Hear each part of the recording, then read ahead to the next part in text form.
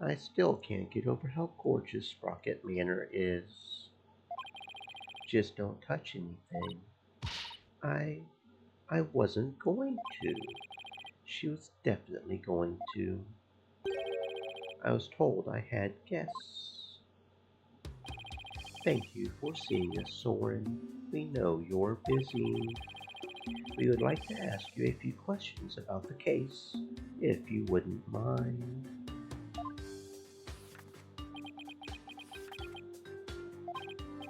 Soren, you're Ellen's lawyer, right? Yes, that's right. Majestic Weirdo said. Offers cookies. Oh. Oh, thank you very much for the nummy cookies.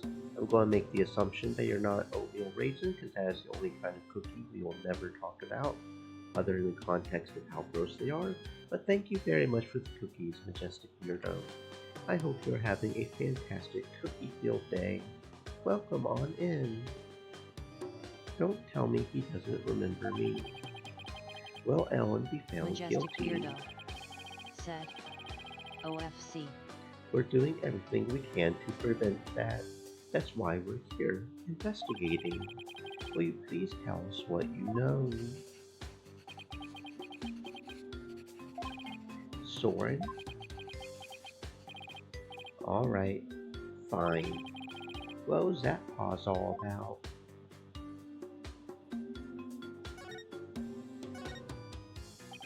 It was you who gave the order for that large-scale cover-up plan, isn't that right? What large-scale cover-up? Don't play dumb with us. You held 2 wedding receptions in order to try and cover up Mr. Gloomsbury's murder. Ellen thought that, through the power of the timekeeper you built, she traveled back in time. So that's why there were 2 receptions. He didn't know anything about it.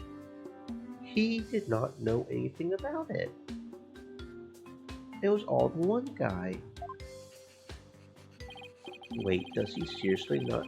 He seems a little too head in the sky to really be paying attention to what's going on. Does he seriously not know why the reception was held twice? Looks like I'll have to delve deeper here. So the cover-up scheme, that fake trip through time, you're not the one who was behind it all. Pierce is looking more and more sus right now. Pierce Nicody stated in court that you were the one who ordered it to be carried out. Pierce said that? I see. I leave him in charge of everything around me. So whatever he decides is, in essence, my decision too. So I take it that you didn't know anything about the cover-up. That's none of your business. But you were in 2 wedding receptions in a row, and still you claim to know nothing. I have nothing more to say to you. Please leave. But Soren...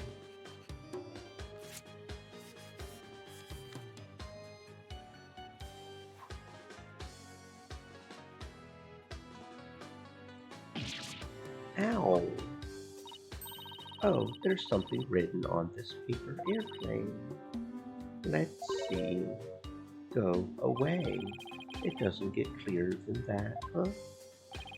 He's looking especially uncooperative, but maybe I can grab his attention somehow.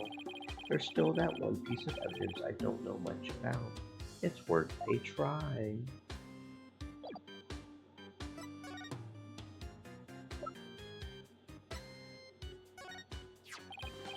Soren, have you ever seen this before? That's... that's... Soren, what is it? Nothing. Why did his whole demeanor change all of a sudden? He's gone pale as a ghost, too. Oh, Soren? Nick, look at his stomach. He's bleeding. So somebody help. Soren's collapsed. So Soren's the one that got stabbed by the candelabra? Master Soren, get him to the hospital. Quickly now. I mean, if you killed, what's his name, Bloomsbury, because you were defending your wife, that's justifiable homicide via self-defense, my dude. Poor Soren, that must be one serious wound. What is it, Nick? Well, when I showed him the candelabra, his whole demeanor changed. So I was just thinking that maybe his injury is... What's this? It's Soren's notebook. He must have dropped it in the rush to get him to the hospital. Ooh, his notebook, huh? I wonder what's written in it. Don't you? Come on, you know you want to take a peek. Soren's notebook, what to do, what to do.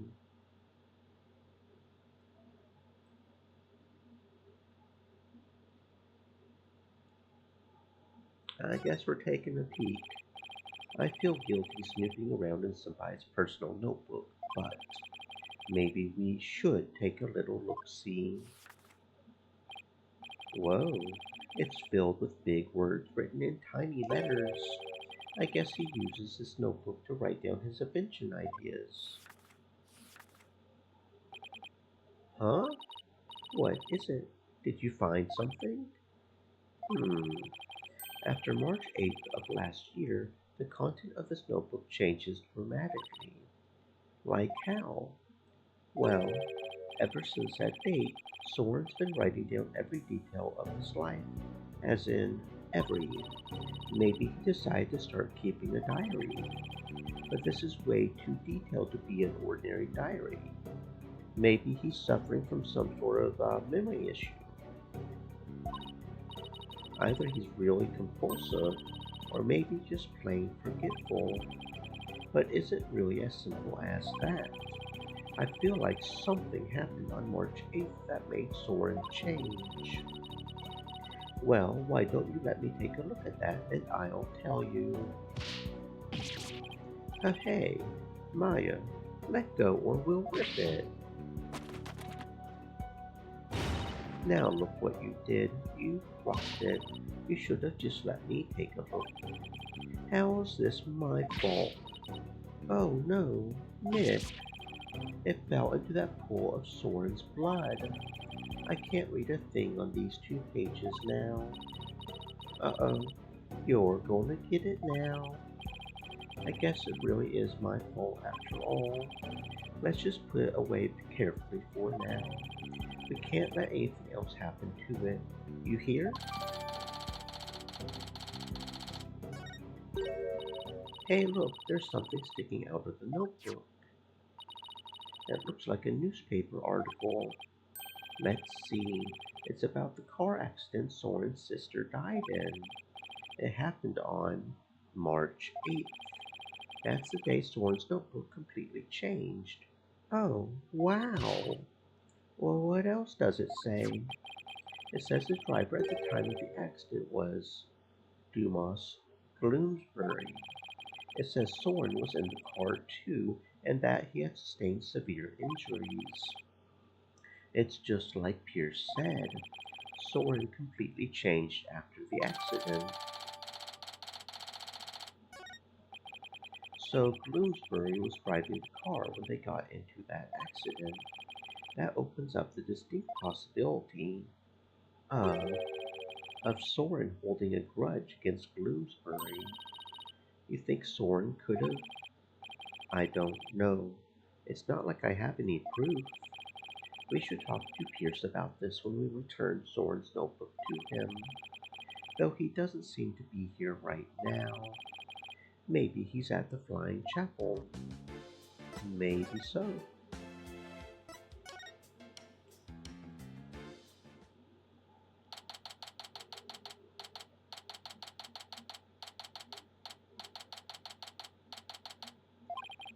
I sure hope Pierce is around here somewhere. Mr. Wright and Miss Fay. Hello, Pierce. We were just looking for you. I'm sorry for Master Soren's sudden departure earlier. You have my sincerest apologies. It was totally understandable, really. But shouldn't you be at his side right now? It's fine. The other servants are with him, and I am in constant contact with them.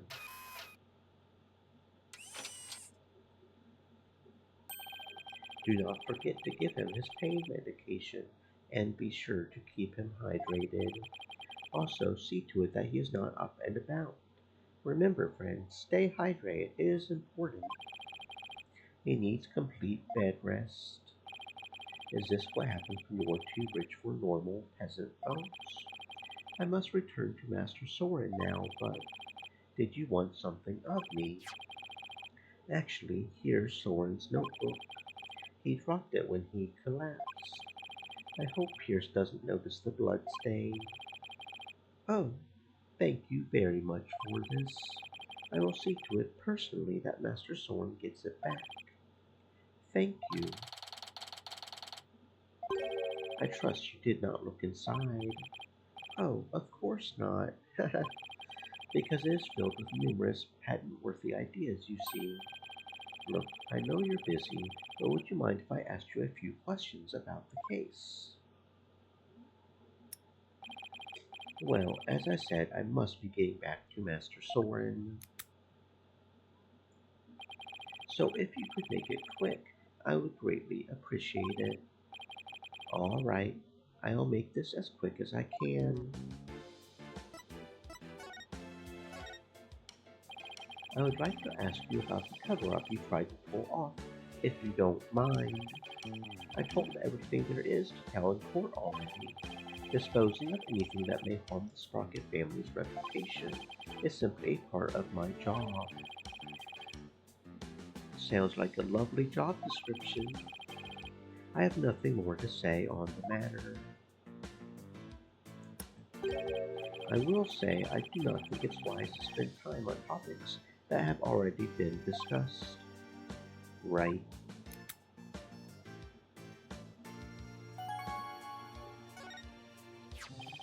Pierce, could you tell us more about this accident? Where did you find that? And did I not already tell you about that accident? You did, but you conveniently left out one crucial detail, the fact that Dumas Bloomsbury was driving the car at the time.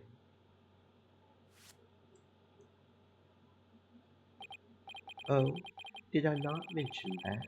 I suppose it simply did not come up then. If Mr. Bloomsbury caused the accident, why didn't the Sprocket family fire him? Wouldn't that usually be the natural consequence of such a huge mistake? Well, it depends on whether or not it was actually Bloomsbury's fault. If, like, I don't know, another car cut him off or something happened to the car, it was the mechanic's fault. I mean, it's not necessarily on Bloomsbury. He was just driving the thing. Please do not misunderstand. Bloomsbury stayed on with the family. On Master Soren's request. What? That is the type of person Master Soren is. Perhaps it was the influence of Miss Selena's kind nature. She was such a sweet person that even in her last moments she thought of Master Soren. Not only did Soren not hold a grudge against Bloomsbury, he insisted on keeping him on. Now I really don't understand how that guy's mind works. Or we just don't have the full story. So you were present for Selena Sprocket's last moments. Yes, in my professional capacity. The accident happened on the way to a certain party. And what kind of a party was it? It was Miss Selena's engagement party. Bloomsbury's injuries were minor, but Miss Selena's and Master Soren's were critical. They were brought to the Sprocket family's regular hospital. Wow, to have such a terrible thing happen on what was supposed to be a day of celebration. Thanks to the surgeon in charge, Master Soren pulled through. But Miss Selena, she...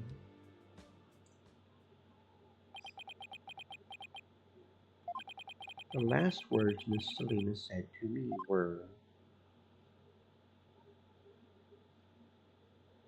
"Please help Soren." Ever since then, I have attended Master Soren and tried to help him in any way I can. I see. Selena's fiancé must have been devastated. Indeed. The shock of losing Miss Selena was so great, he quit being a surgeon. He was a surgeon?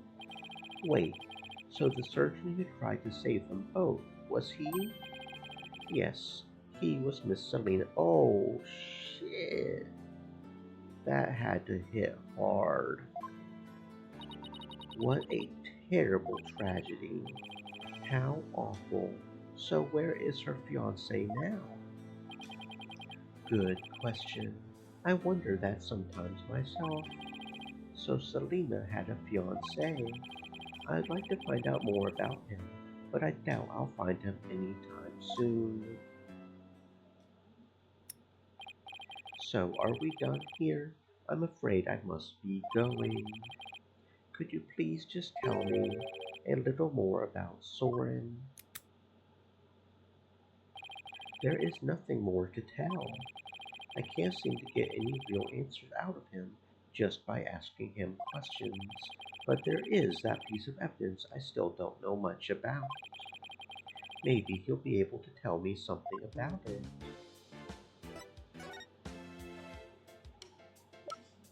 Oh, went one too many over. Candelabra.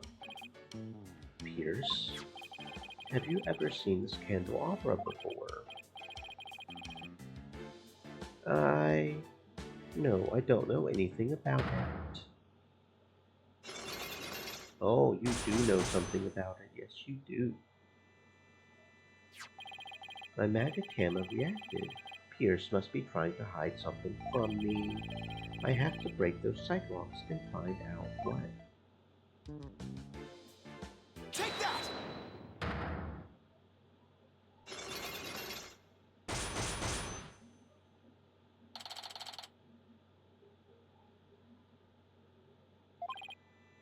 Pierce, you're hiding something from me about this candelabra, aren't you?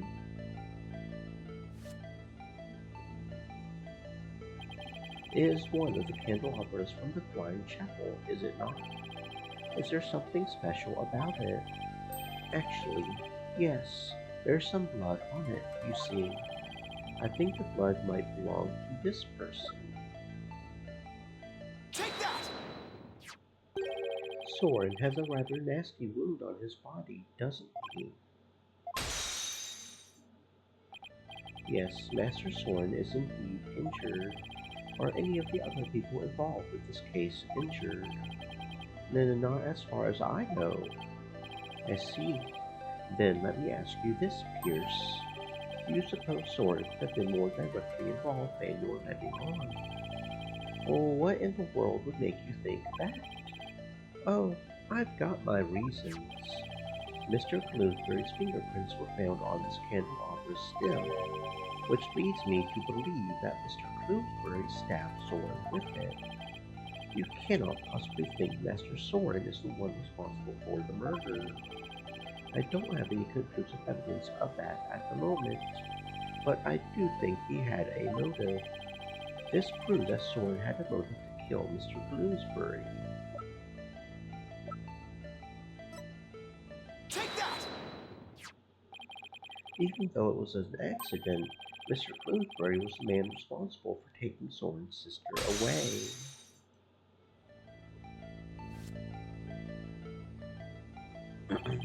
Let's suppose that Bloomsbury did stab Master Soren with the candelabra. Can you prove that it had anything to do with this case? He might have been stabbed at some other location for some other reason. Sorry, but I can prove it was related to this case. Oh, really?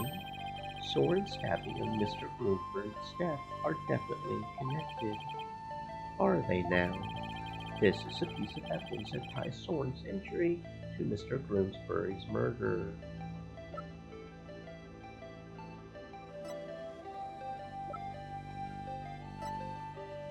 Take that! A bloodstain was found on the side of the lift that goes between the hold and feasted deck. Its blood matches the blood that's on the candelabra. I obtained the results straight from the police, so I can assure you this information is correct. This bloodstain on the lift indicates an important fact. It shows us that Soren's blood is on the lift, which can only mean one thing. He was there, wasn't he? Soren was at the scene of the crime. You are very astute, Mr. Wright. It appears I cannot hide this from you any longer. Very well. I will tell you everything.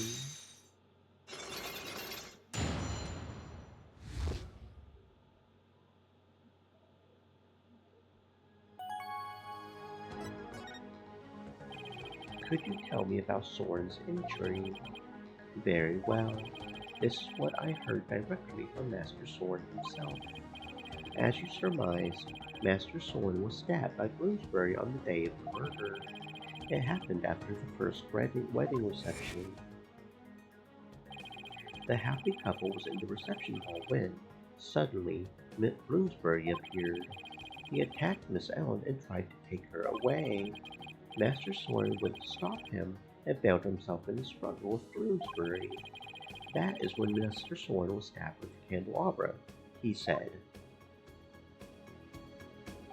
Even though Master Soren was badly injured, he went after Bloomsbury. So Soren really was at the scene of the murder, wasn't he? Yes, that is correct. However, by the time Master Soren arrived at the scene, Bloomsbury had already been murdered. So Pierce is saying that Soren was at the crime scene, but that he didn't have anything to do with the murder itself. Even still, why did you try to keep such an important piece of information from me? I am very sorry. Master Soren's injury and Bloomsbury's murder were not directly related, so I decided not to mention it, so as not to unnecessarily complicate the investigation. Now, then, I am sorry, but I am afraid I really must go now. Please excuse me. Thank you for your time. Pierce should have just told us everything in the first place and saved us all a lot of time. Yeah, but I guess it isn't that simple for him. He is the family butler, after all. He sure didn't make our jobs any easier, though, did he? But at least we learned something new. Soren was at the scene of the crime. That's true. One step forward is better than none.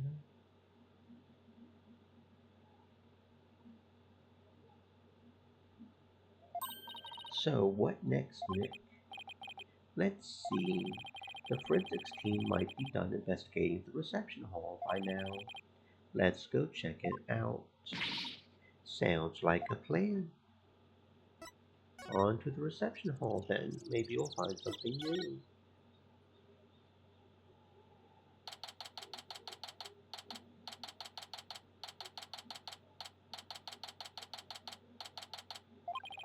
It looks like the police are done with their investigation in here.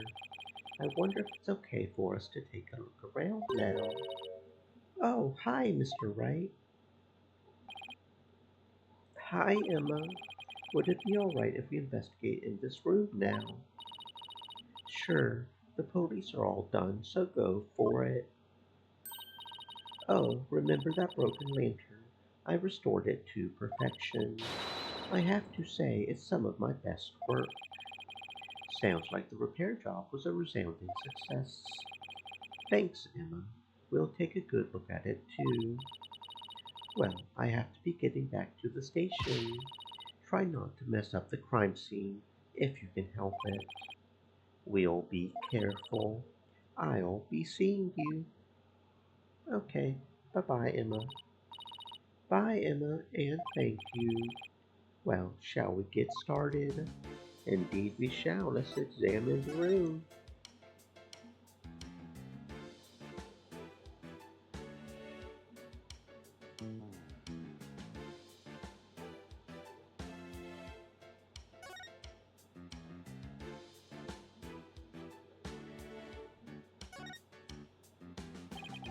This is where the murder weapon, the timekeeper, was displayed. I guess it's in police custody now. What's this? A key. Let's ask the maid about it. Good idea. She might be able to tell us something. Excuse me, could I ask you a question? Oh, of course. What would you like to know? Do you know anything about this key? It's the key that starts up the timekeeper. A startup key. That's right. Oh, the first startup of love ceremony was so beautiful. The bride and groom each had a symbol of their love, and when they put them together, oh, how romantic it was.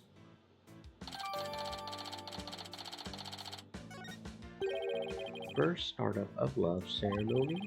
What exactly did that entail? Oh, it's a ceremony in which the couple activated the timekeeper together for the first time. I suppose it was kind of like a cake cutting ceremony. And what are these symbols of their love you mentioned? Well, that's kind of an industry secret, so I can't really say. I'm sorry. I had better be getting back to my work. Looks like there's an order from above not to talk about it. Hmm.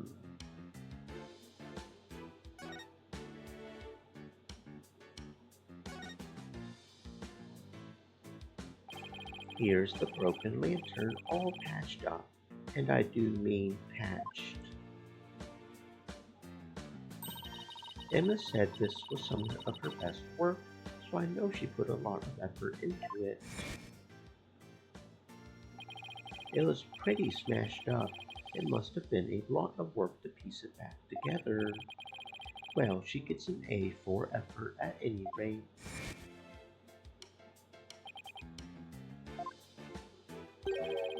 This wheel handle on the back has some blood on it. It looks like somebody gripped it with a bloody hand.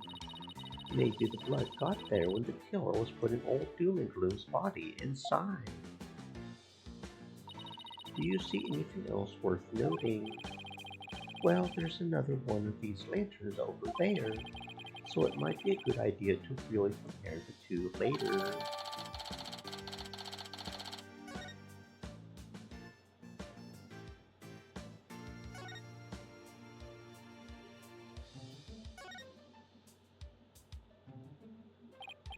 Hey, take a look at that door. I wonder where it goes. Shall we open it up and see? Wait, please don't open that door. Please don't open that. It's an emergency escape hatch. It leads directly outside. You'll fall to your death. That was a close one, huh, Maya? I'll say you should probably have some more security around that. Maybe a guard banister, something. Hmm.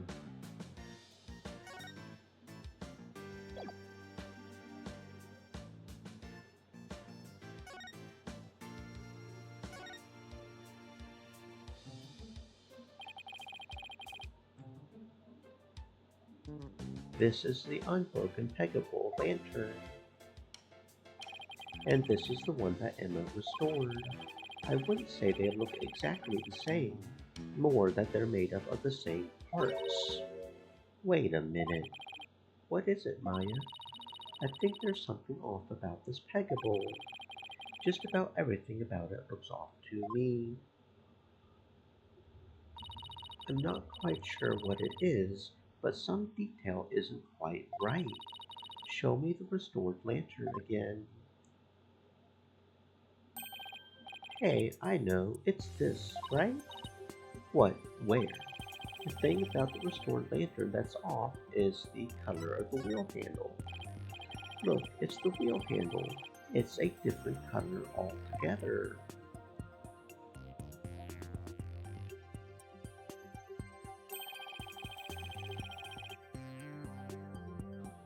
Emma got the inside and outside wheel handles switched around. Oh, wow, you're right.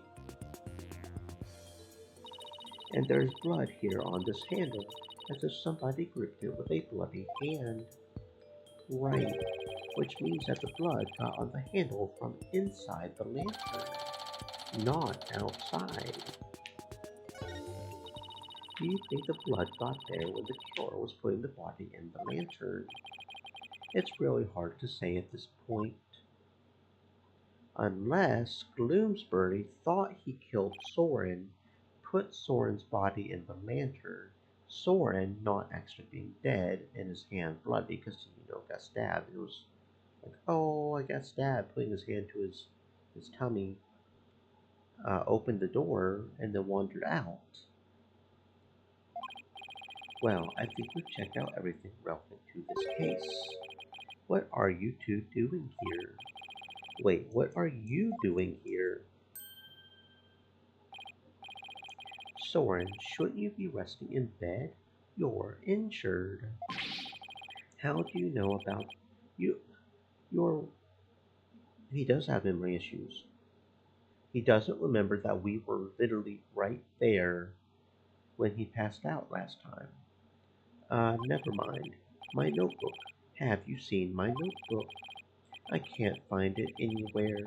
My notebook. I need my notebook. What's the matter with him? Oh, my notebook. I have to have, Master Soren. Master Soren, I told you to stay in bed. But my notebook. Here you go.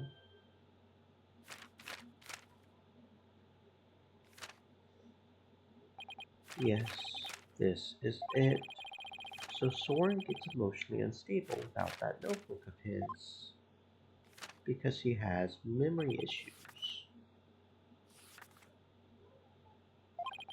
Looks like he's calmed down now. Soren, do you mind if I talk to you for a minute? I cannot allow you to do that. What if his wound were to open up again? He needs to rest. I guess you're right. Now, if you will excuse us. Master Soren, let us retire. All right.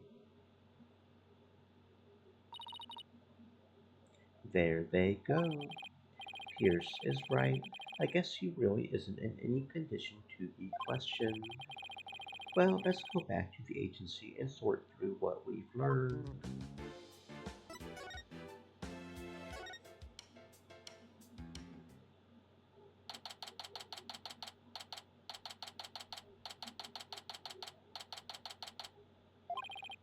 We're back. Anybody here? Oh, hi, boss. Athena, I thought you were with Crucy. I guess you could say that I'm taking a short break. But enough about me. What about the investigation? Did you find out anything? Well, turns out that the third person Ellen says she saw at the crime scene might have been Soren Sprocket. What? Really?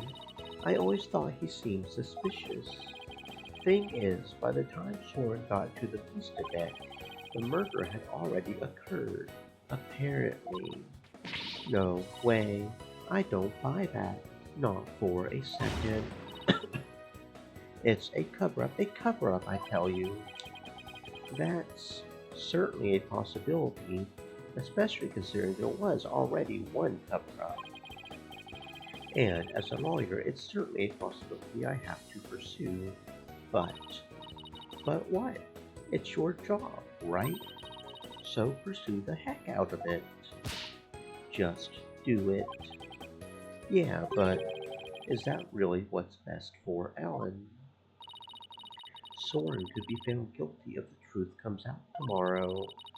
But if we don't pursue this possibility, Ellen could be found guilty instead. Oh man. Either way, it sure doesn't spell out happily ever after for the two of them. So, what are you going to do, Mr. Wright?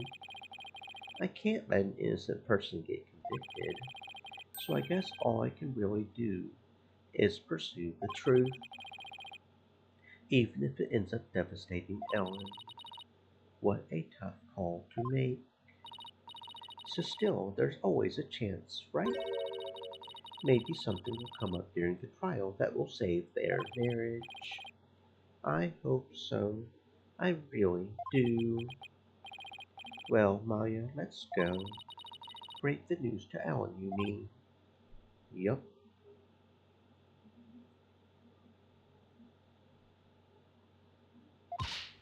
Mr. Wright, please take me with you. I bet I could help you counsel Ellen through this piece of bad news. Athena, I appreciate the offer, but don't you have somewhere else to be? Do I? Athena, what are you doing here? I've been looking all over for you. Come on now, let's get back to practicing. No, wait, my body can't take it anymore. The boss, you gotta help me. A lawyer always keeps her promises, Athena. But boss, if you fail on me one more time, Athena, I'm going to use a real blade on you.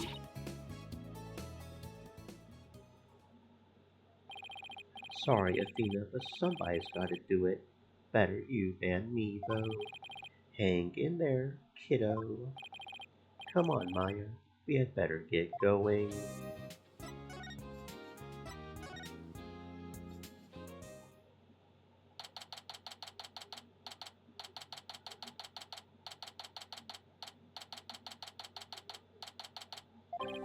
Hello, Ellen. How did your investigation go, Mr. Wright? Before I answer that, I need to ask you something. Was Soren with you when Mr. Bloomsbury attacked you in the reception hall? I'm sorry I kept it from you.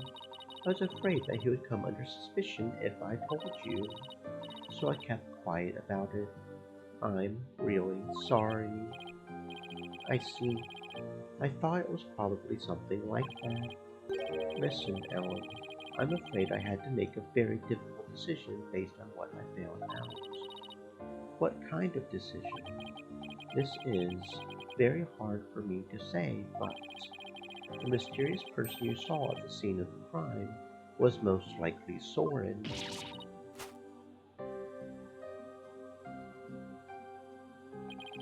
In other words, in court tomorrow, I'm afraid I'll have to propose the possibility that Soren is the true culprit. No, Soren is innocent, no!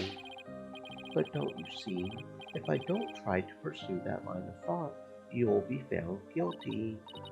No, no, no! Please, Ellen, calm down.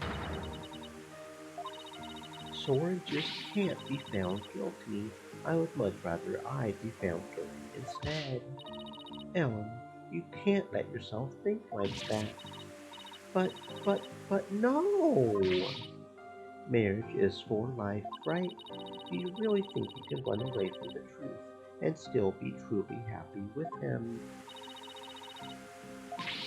You're not married, so how can you possibly understand? Sometimes you just got to do whatever it takes to make things work. But, Nick, you talk to her. Hey, don't just dump this all on me. Mr. Wright, I'm innocent and Soren is too. So please, prove our innocence in court. I I'll certainly do everything in my power. I just hope she doesn't lose control like this in court tomorrow.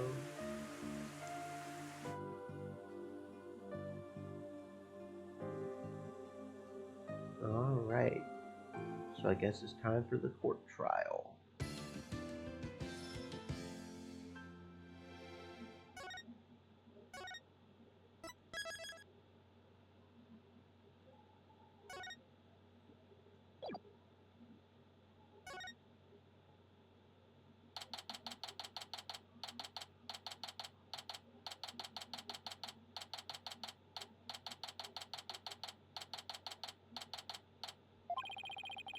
So the one thing we found out yesterday is that Soren was there at the crime scene.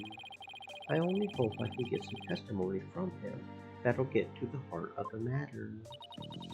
Mr. Wright. Good morning, Ellen. Look, I'm afraid you might not like the result of today's trial. Nevertheless, don't tell me you're still thinking of going that route.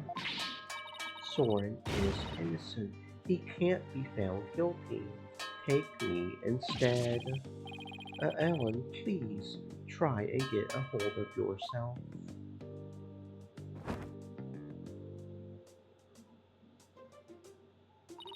I believe in Soren with all my heart. So how dare you doubt him? Regardless of which one of them is found guilty today, it's going to be devastating for Ellen, isn't it? We'll just have to do everything we can.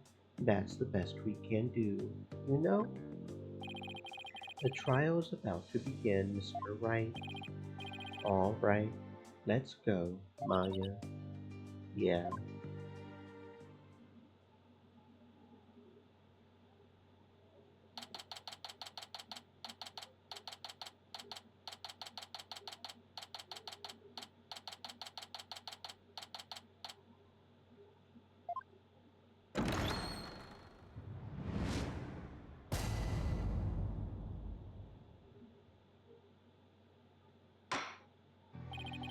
Court is back in session for the trial of Ellen Watt.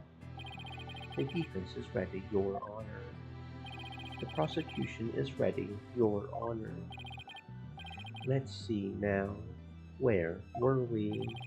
In yesterday's session, we found out about the Sprocket family's conspiracy to cover up the murder of Dumas Bloomsbury with a second reception. Taking advantage of our collective shock, the defense, as usual, made a nonsensical claim, namely that there was a third person present who struck the victim. Objection! Hey, don't try to make it sound like I made it all up. The defendant herself made a statement about the existence of a third person, and further investigation has only proved her statement to be true. Then I presume the defense intends to focus on proving the identity of this third person. Is that all right with you, Mr. Edgeworth? Indeed, Your Honor. In fact, I predict that the defense will, most likely, attempt to name Mr. Soren Sprocket as the true culprit. How did you... The driver during the accident that killed Mr. Sprocket's sister was the victim. Therefore, Mr. Sprocket had a motive to murder Mr. Bloomsbury. And that's what you plan to assert, is it not, Mr. Wright? Am I that transparent? Come now, Mr. Wright. Did you really think the police wouldn't uncover this information? Congrats on getting it in one, Mr. Edgeworth. But you're wrong. Soren didn't do it. He's innocent. Miss Watt, please. He's innocent, I tell you. What is this, Mr. Wright? I thought your claim about the existence of a third person came from the defendant. It did. This is just a minor hiccup. Did you not discuss your strategy for today with the defendant, Mr. Wright? Starting off on the wrong foot again is seriously cutting into my lifespan. It would appear that the defense is in disarray. Therefore, the best way to clear things up is to ask Mr. Sprocket himself what happened. Your Honor, the prosecution would like to call Soren Sprocket to the stand. What? Very well. Bailiff, please bring Mr. Sprocket to the witness stand.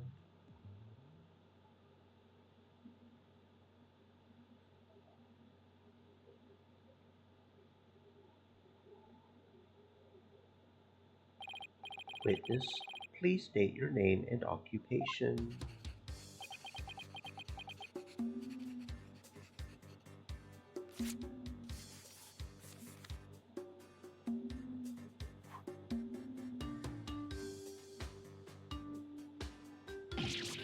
Ow! There's something written on this paper airplane. Let's see. Soren Sprocket, Managing Director of Sprocket Aviation. Mr. Sprocket, please give your answers in words, not paper airplanes. Now then, Mr. Sprocket, please tell that doubting lawyer there what really happened at the time of the crime. Well, Mr. Sprocket,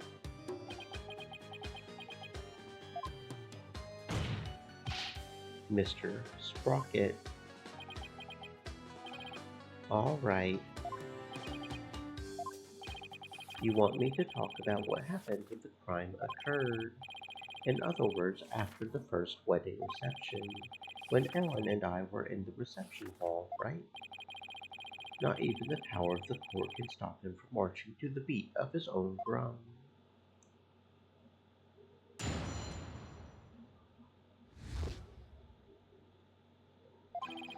I was stabbed by Dumas in the reception hall, and I collapsed to the floor. The next thing I saw was Ellen and Dumas on the Vista deck. I knew Ellen was in danger, so I headed for the Vista deck. But when I got there, Dumas was already. I don't want to believe it, but must have been Ellen. Nothing else makes sense. Oh, wait just a minute here. You actually think Miss Watt killed the victim? That's right. Dumas was killed by Ellen. This is unbelievable. How can you suspect your bride, the woman you love? Objection!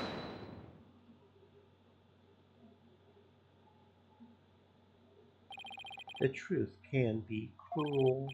Miss Watt, you must be very upset. Is there anything you wish to say?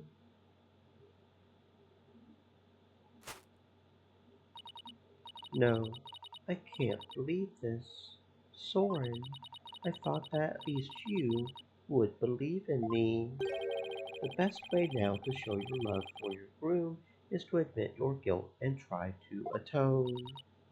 Soren. Hold it! Mr. Edgeworth, I haven't even cross-examined the witness yet. And quit picking on the clearly distraught. Yeah, that's so not cool, Mr. Edgeworth. A court is where we seek the truth, and the truth is unyielding even to the truly pitiful. Mr. Edgeworth, I find it distasteful to make a lady cry. At 2, Your Honor. So what are you going to do, Nick? If the third person Ellen saw on the Vista deck was Soren, then we have to prove Soren was there at the time of the murder. I don't see any obvious inconsistencies in his testimony, but we have to push forward.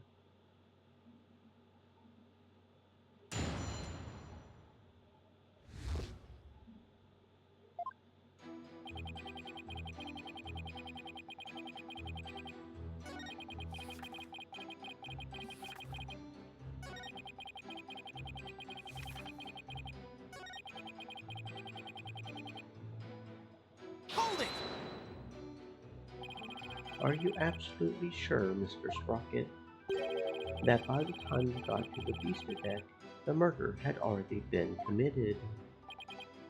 Yes, but the Vista deck is just on the other side of the glass windows in the reception hall. Shouldn't you have been able to get there right away? Objection!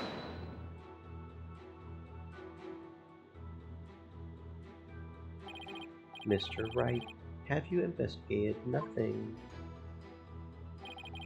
The only way to the Vista deck is to go to the hold and take the lift.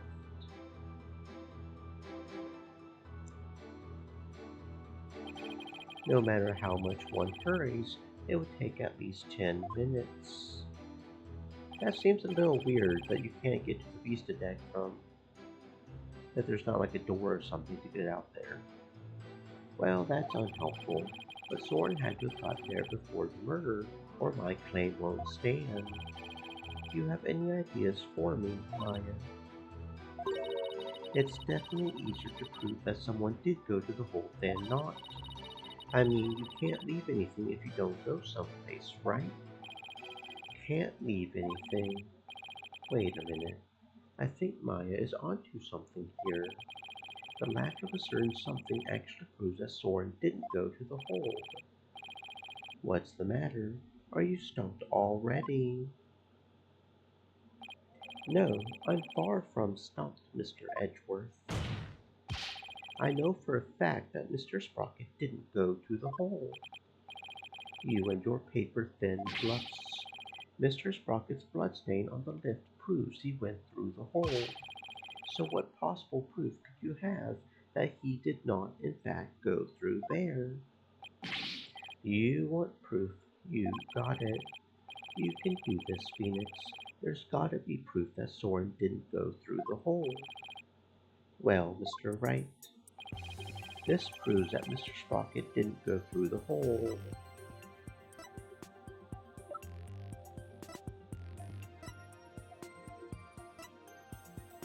Take that!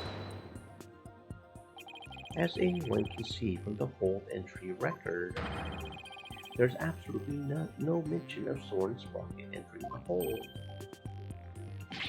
The defense asserts that Mr. Sprocket used a different route to get to the Vista deck. You can assert all you want, Mr. Wright, but can you actually prove another route exists? Can I prove the existence of another route to the Vista deck, you ask? I can prove it. Even if it's just a bluff, I have to present something.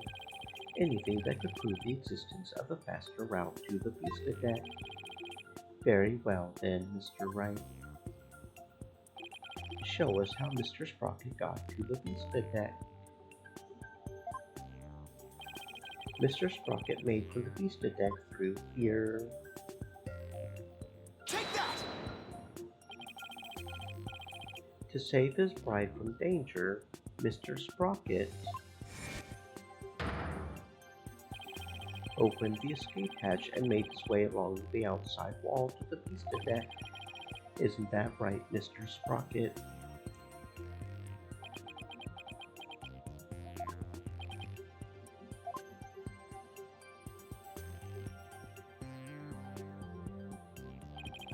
That would certainly be a much faster route to the Vista deck. Objection!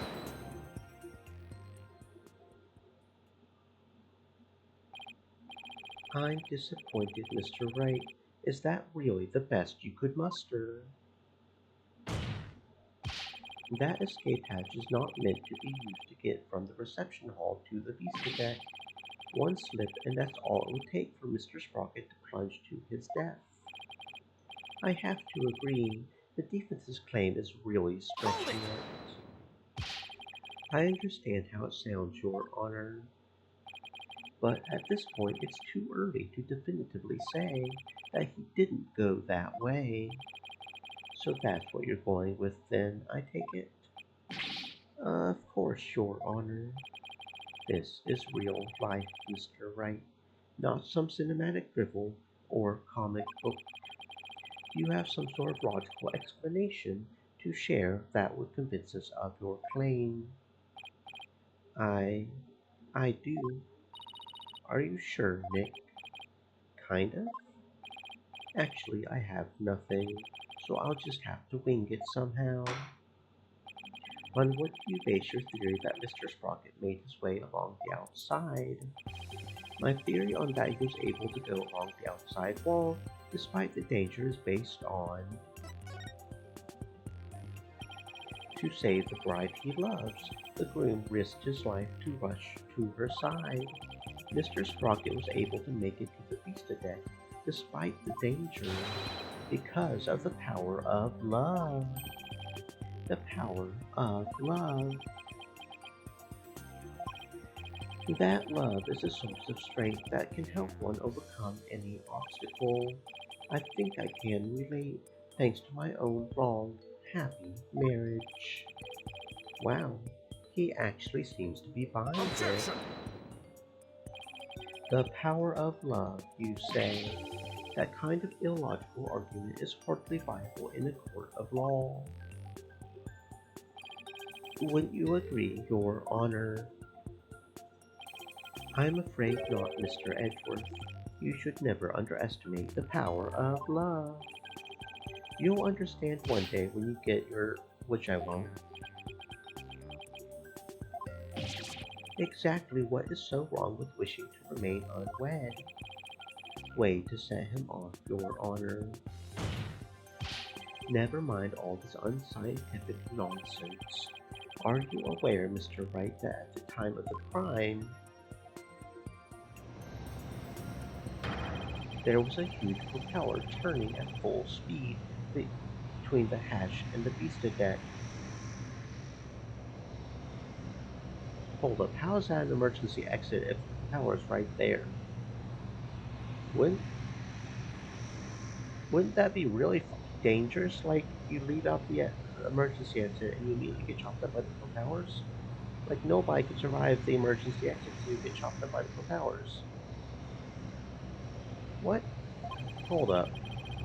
Even if a person were to go outside through the hatch,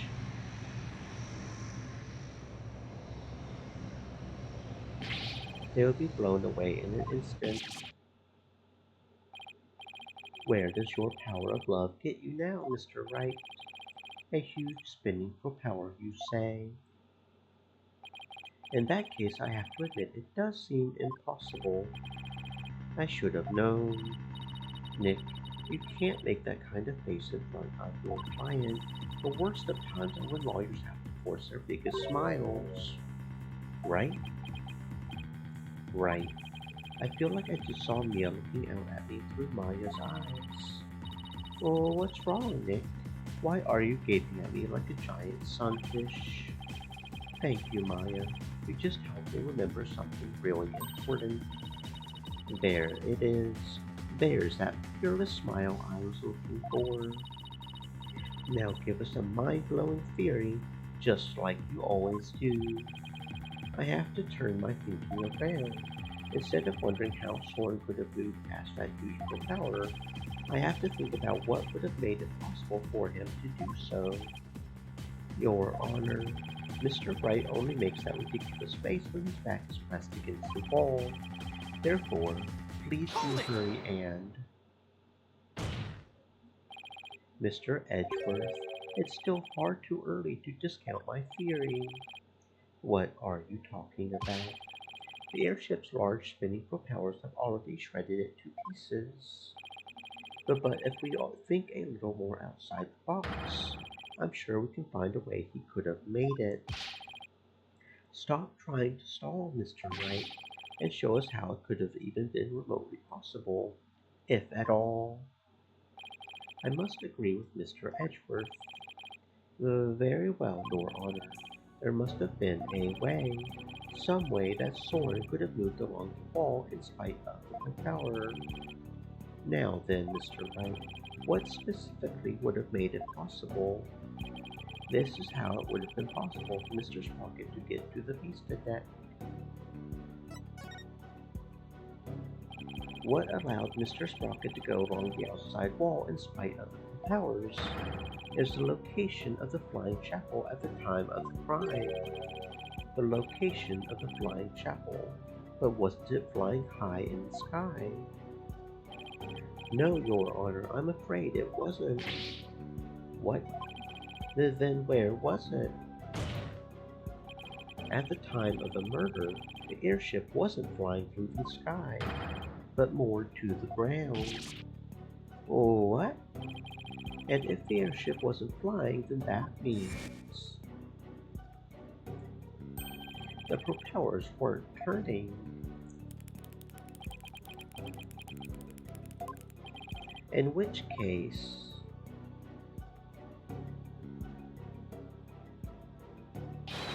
Mr. Sprocket could have gotten to the pista deck along the outside wall. Isn't that right, Mr. Sprocket?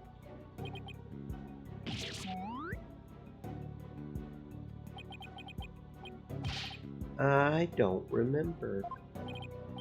He stabbed himself with his pencil. That's going to leave a mark. Objection!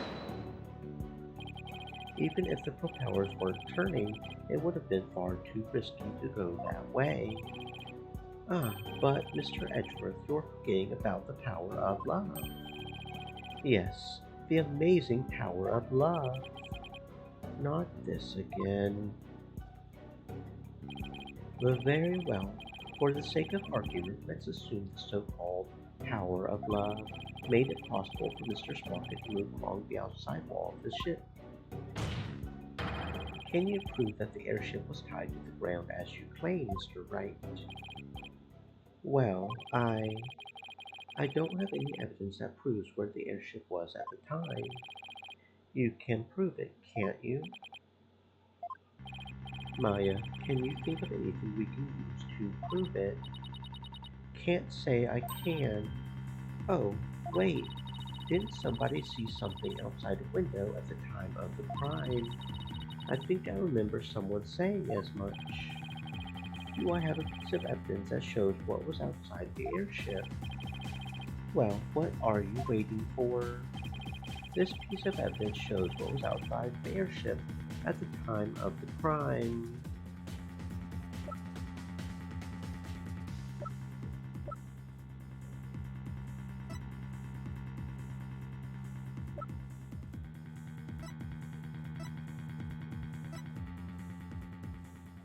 Take that!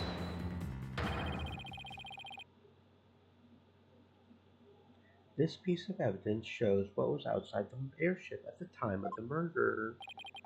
What kind of lousy drawing is that? It's a drawing made by Larry Butts. And what can you prove of that poor attempt at artistry? Larry made this drawing before he switched the lanterns, so it must have been right around when the murder was being committed.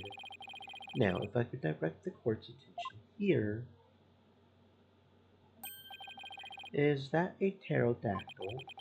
Does that mean that the airship actually went back in time to the Cretaceous period? Objection!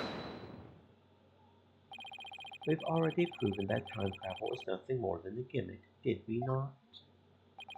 We did, and I have no intention of bringing up that argument again. But this drawing shows us an important piece of information. It shows us that the airship was actually moored on the ground. And what makes you so sure? That's easy. All you have to do is consider who made this drawing.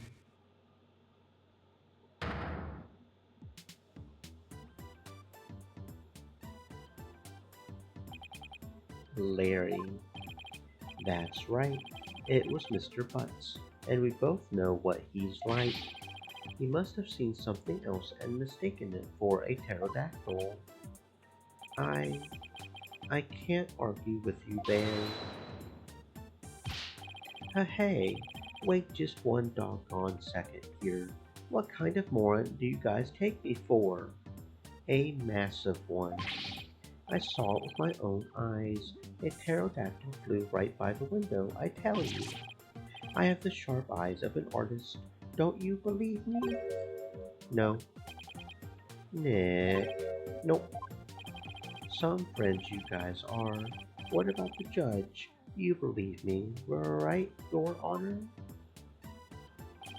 I'm sorry, but I'm afraid you need to leave this courtroom. Bailiff, if you would. Come on, buddy, let's go. Why doesn't anybody believe me? Don't take it personally, Larry. I know you're just being, well, you. Now then, so you're saying that what Mr. Butts really saw bears some relation to what was outside the airship at the time of the murder? Yes, Your Honor. At least, I think it does. What this pterodactyl really is will prove the airship was anchored at the mooring dock. It had better, anyway. If it doesn't, my whole argument is a bust.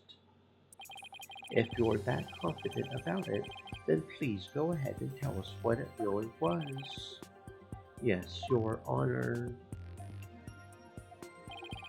Think, Phoenix. What could that pterodactyl have actually been?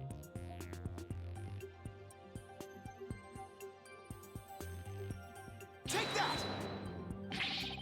Please take a good look at this sign. At the sign? It appears to have been broken and then repaired. But what does this sign have to do with the pterodactyl? Please focus on this part of the sign. The part that broke off and got reattached. What about it? How about if we turn it like this? Oh, that shape. It's the pterodactyl in the drawing. What Mr. Butts actually saw was this chunk as it was being blown through the air by wind. What?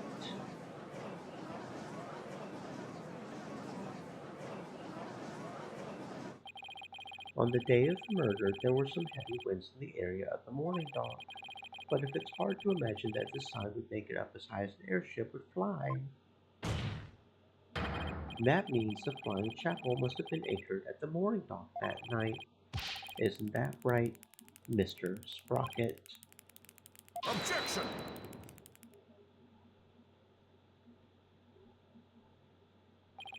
That's more than enough of this power of love nonsense, you pop culture junkie.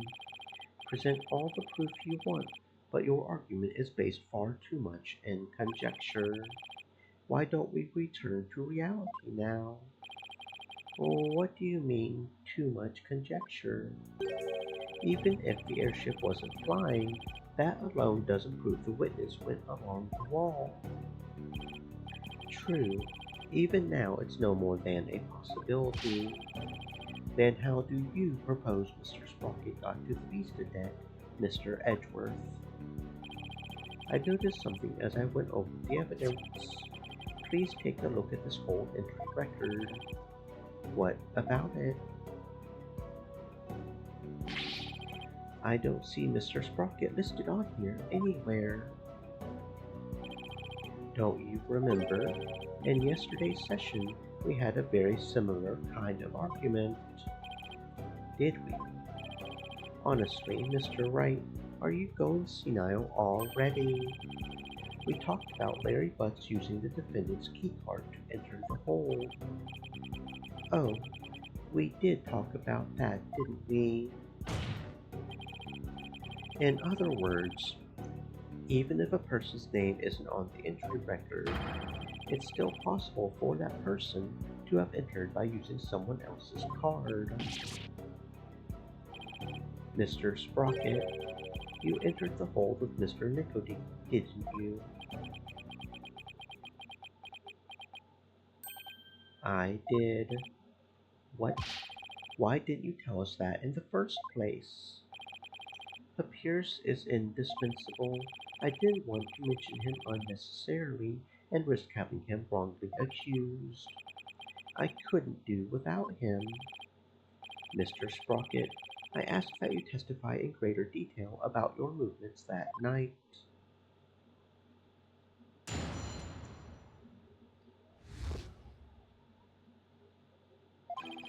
The truth is, I went to the Vista deck with Pierce.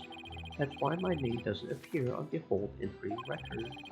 I was badly injured from being stabbed, but I was frantic. By the time we reached the scene, it was all over. Well, this doesn't help me one bit, Mr. Sprocket. You've concealed information from us time and time again. Who do you think you are, treating this court of law with such irrelevance? That being said, I do appreciate the testimony you gave just now. Thanks to you, we now know why your name doesn't appear on the entry record. Now there are no more inconsistencies in the witness's testimony. That's Mr. Edgeworth for you. He never leaves a loose end dangling. You okay, Nick? I wouldn't exactly call this situation okay. Somehow I'll have to coax the information we need for an opening out of him. If I even can, that is.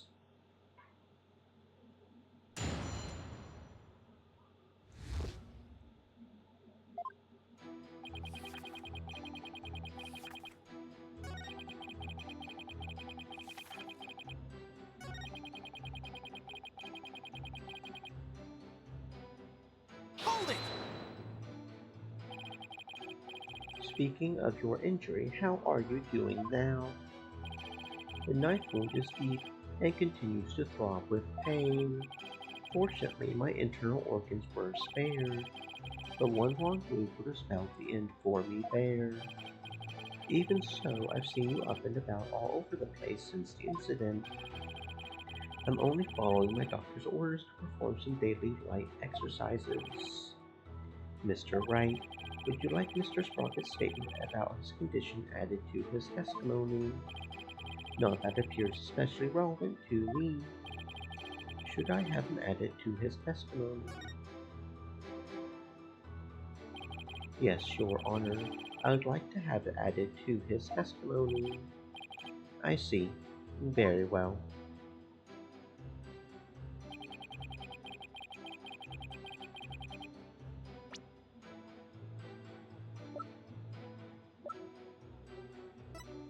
Objection! Mr. Sprocket, you just said your injury is a knife wound, didn't you? But the weapon you were stabbed with was this candelabra, a fact I know you're quite aware of. Very well.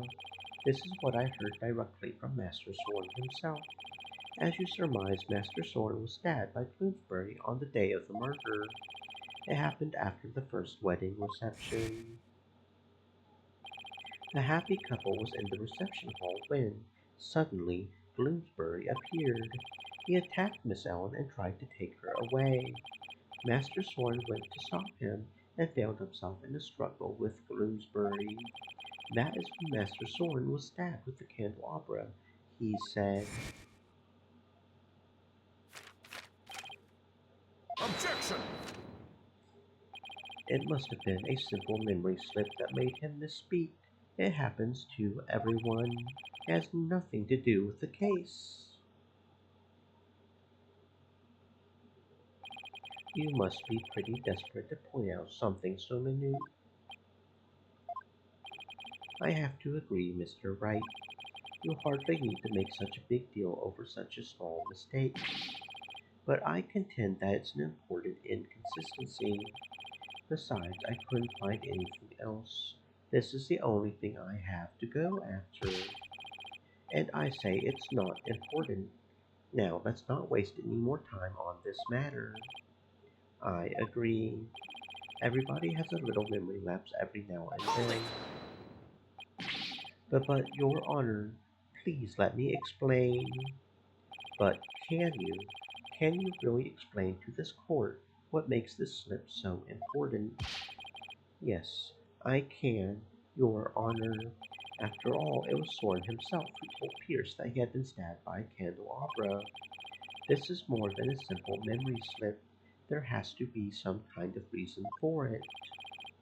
Well, Mr. Wright, please explain why the witness's slip of the tongue is so important. The point to focus on here is why the witness would mistake the weapon used to stab him. Think carefully, Phoenix. This could very well change the course of the trial. I see. So why did the witness make that mistake, Mr. Wright? Mr. Sprocket identified the wrong weapon used against him because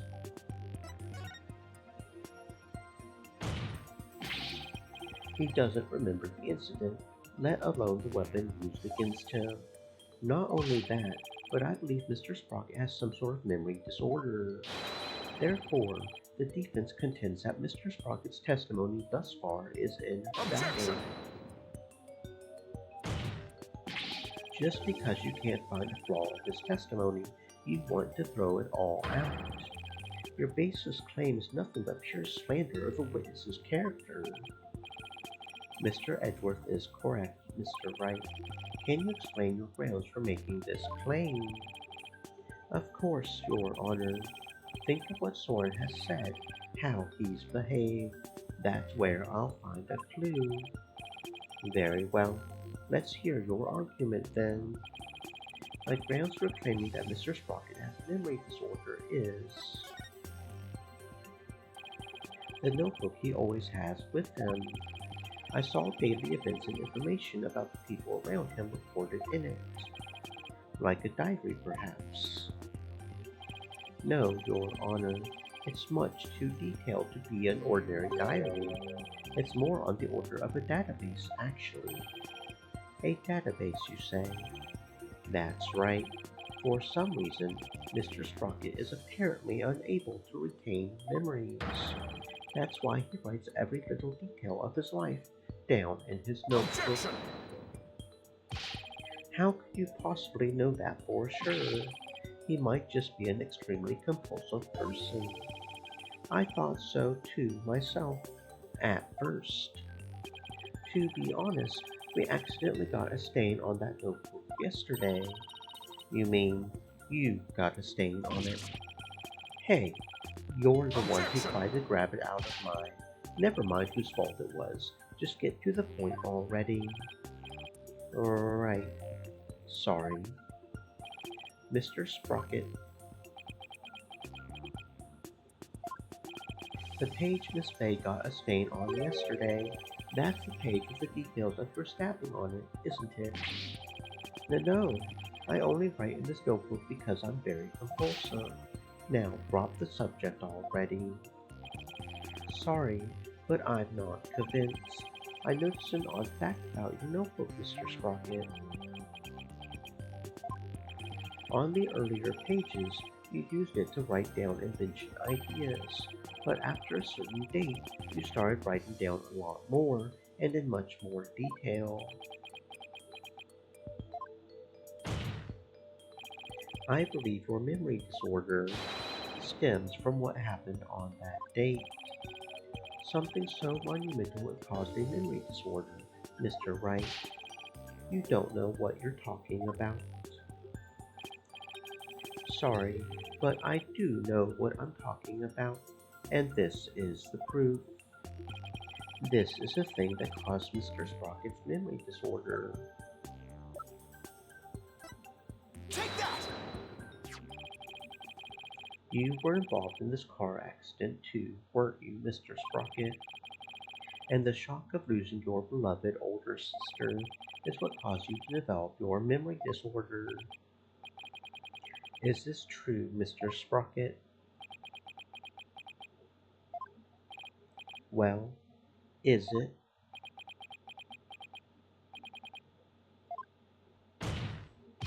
Mr. Sprocket? It's true. That accident did something to my mind. What? Ever since that day, every time I go to sleep, I lose my memories. And when I wake up, the most recent thing I can remember is the day I lost my sister. It's as if I'm constantly going back in time. What? That's truly tragic. An inconsolable time traveler who goes back in time whenever he goes to sleep. Besides, time travelers do exist, you know, but you wouldn't understand. So that's what Soren meant.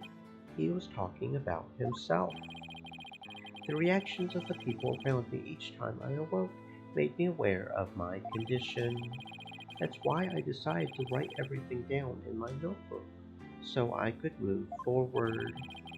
So the only memories you have since that day are the ones written in that notebook. That's right. And since the page about your stabbing got stained, you couldn't read from it, could you? There's just one more thing I would like you to clarify for me, Mr. Sprocket. Exactly what are your feelings toward the victim? Mr. Sprocket's feelings toward Dumas Bloomsbury. That's right, Your Honor. The witness said that every time he wakes up from sleep, his mind goes back to the day his sister died. Mr. Wright, you can't mean...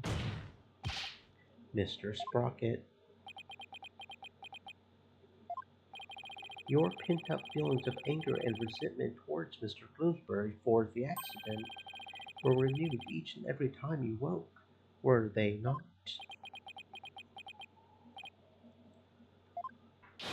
But you couldn't take it anymore, so you turned to murder. Isn't that right? What? Mr. Wright, are you saying that the witness murdered Mr. Bloomsbury for revenge?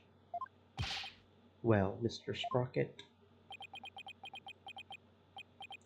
uh, I...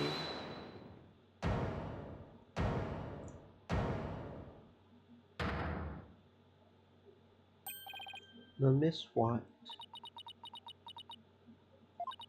Your Honor, I did it. I killed Mr. Bloomsbury. No. What?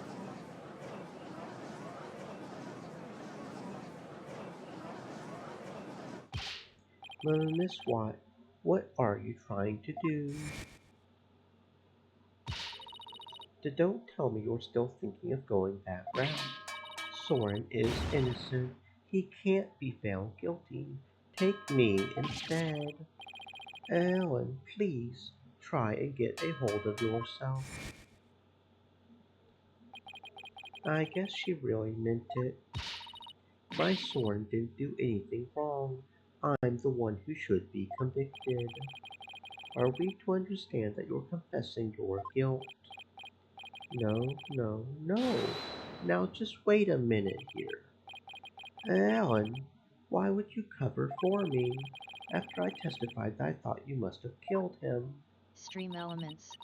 I'll Said, admit, I couldn't "Stay believe moist, my my ears friends. at first. Hydrate." But all I want is for you to be happy. Your happiness is my happiness, Soren. But without my notebook, I would even forget those feelings of yours by tomorrow. Knowing that, do you still feel this way? You've loved me all this time, the same way you did before the accident. That's how I know that you're the same person I've always loved. No disorder can change that. Ellen, Your Honor, there are two things I would like to correct. Two corrections. What are they? First of all, I want to withdraw one of my statements. That's right, Dumas was killed by Ellen. Without memories to rely on, I took the police completely at their word. You can't be serious. So that means Soren never really doubted Ellen in the first place, did he, Nick? Ellen really does love Soren with all her heart, but in order to save her, I'll still have to go after Soren. I hope you can forgive me, Ellen. And what is your other correction, Mr. Sprocket? The truth is, I never felt anger or resentment towards Dumas about my sister. What? Why not? That's because the one who caused the car accident was me. What?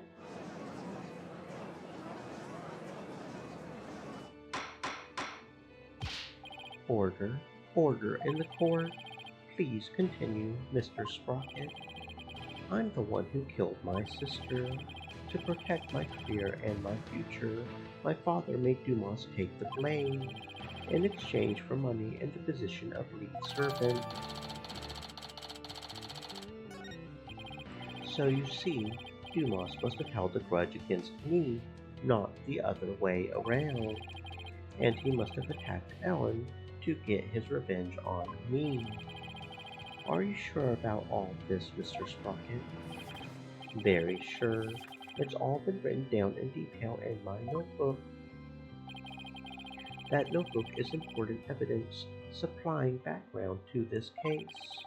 I must insist you submit it as evidence. The lawyer said I had turned to murder, but that's just not true. However, it is true that my older sister and Dumas are both dead because of me and my negligence. I just glanced through Mr. Sprocket's notebook. I wasn't able to read the part about when he was stabbed due to the blood stain, but what's written here about his sister's car accident is exactly as he stated. Your Honor, as long as it matches what's written in that notebook, can we still take the witness's testimony as valid in spite of his memory disorder? Yes, I believe we can. I understand now that the witness's memory is in disarray, but if what Mr. Sprocket himself wrote in this notebook is true, then that means by the time Mr. Sprocket's party reached the scene, the victim had already been killed. Edgeworth's right, I'm still in the same bind as before, but should I really simply accept the contents of the notebook as a substitute for Soren's memory? Well, Mr. Wright, what do you think? Will you accept Mr. Sprocket's notebook as an official representation of his memories? Will I accept Mr. Sprocket's notebook as an official representation of his memories? Wait a minute, Your Honor. The defense requests a chance to examine the notebook to see if it's trustworthy. Very well, but be quick about it. Thank you, Your Honor. So, how should we examine it? Well, we should look at it from all different angles to see if there's anything suspicious.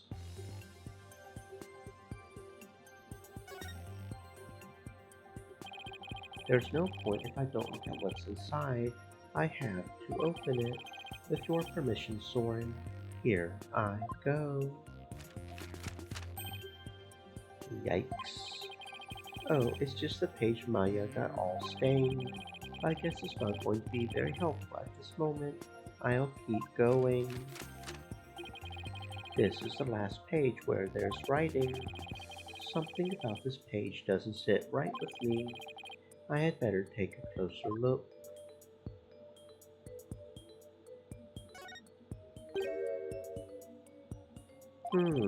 A page has been torn out, and it looks like there was something written on it.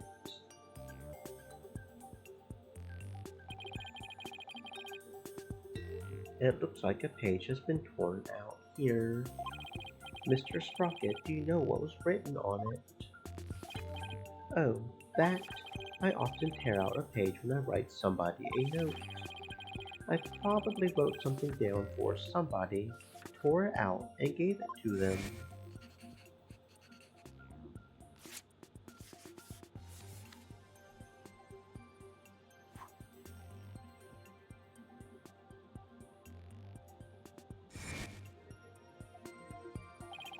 Oh, yeah. That solves that then. Objection! Wait a minute. We can't ignore the possibility that something important was written on that page. But now that the page has been torn out, how can we determine what was written there? Oh well. Let's see. To find out what was written in the notebook, we should If we use fingerprint powder on the notebook, we might be able to see what was written. Fingerprint powder, how would that help us find out what was written there? Well, if the writing left indentations on the blank page behind it, fingerprint powder could make those small indentations visible to the naked eye. Oh, stop. Fingerprint powder would only soil the notebook further. Mr. Wright, if you use the powder and still don't find anything, then you must accept the notebook as a representation of the witness's memories. All right, Your Honor. I understand. If I don't find anything, it's all over anyway. Powder, don't fail me now. I will now use fingerprint powder on the blank page to find out if we can see what was written on the torn out page. First, I'll apply some fingerprint powder to these pages. When I've dusted on enough powder, I'll blow it. Blow the excess powder away. If something should appear, I should switch to Analyze mode to point out what came up, then confirm my choice.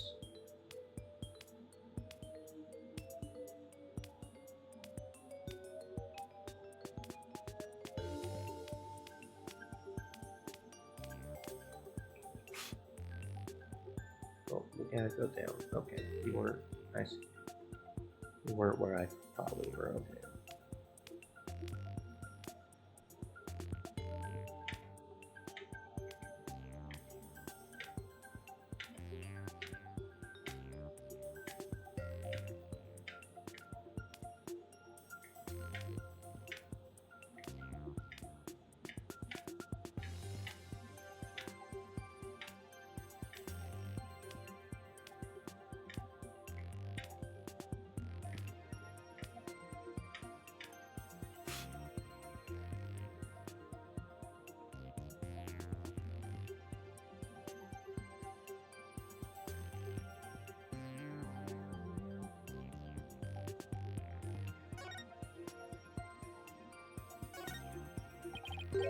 It says I struck and killed Dumas. This is huge. Uh-oh. I struck and killed Dumas. That's what was written on the torn out page. Oh, what? It can't be. I don't believe it. There has to be some kind of mistake. Soren would never, could never. Miss what? Bailiff, please get the defendant to the infirmary at once.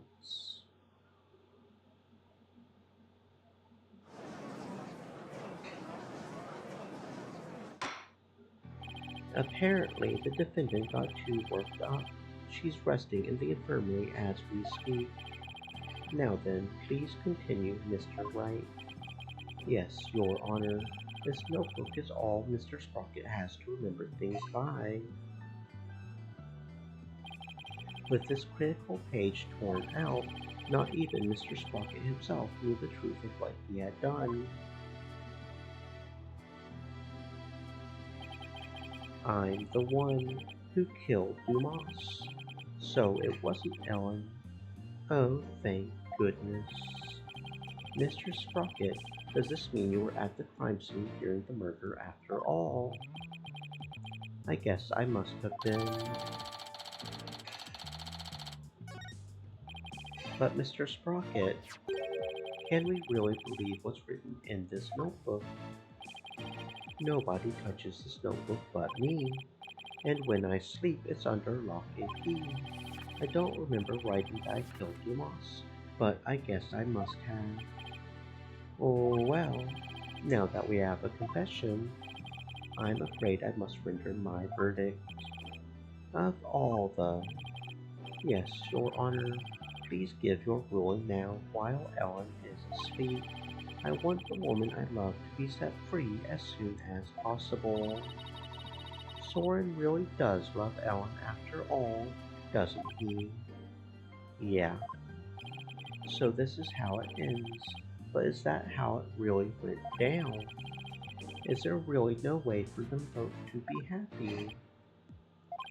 I know we should consider anything written in the notebook to be truth, but still, I myself wrote of the crime in my notebook. No further proof is necessary. Soren himself wrote it in his notebook. Wait a minute. Very well. I will now give my verdict. Ellen is about to be found not guilty, and Soren will be convicted for the crime instead. And yet, am I really ready for the judge to give his ruling? No, not when there's still one more avenue left to explore. This court finds the defendant, Ellen Watt. Your Honor, there's still something that bothers me about that notebook. Oh, is there? What are you doing, Mr. Wright? All you have to do is keep quiet, and your client's a free woman. I know, but I think there might be more to this case than meets the eye. I'm not quite sure yet, but I think there still might be a way. A way for Ellen and Soren to be happy. What do you mean by more than meets the eye, Mr. Wright? I believe the question here, Your Honor, should be, why was the incriminating page torn out in the first place? Why, to destroy the evidence, I would imagine.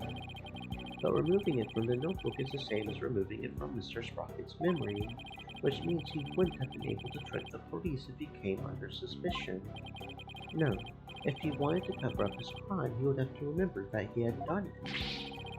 Just what are you getting at with this line of inquiry, Mr. Wright? Yes, please explain it so that we can all understand. Yes, Your Honor. The page was torn out of the notebook because the incriminating page was torn out by somebody else. What?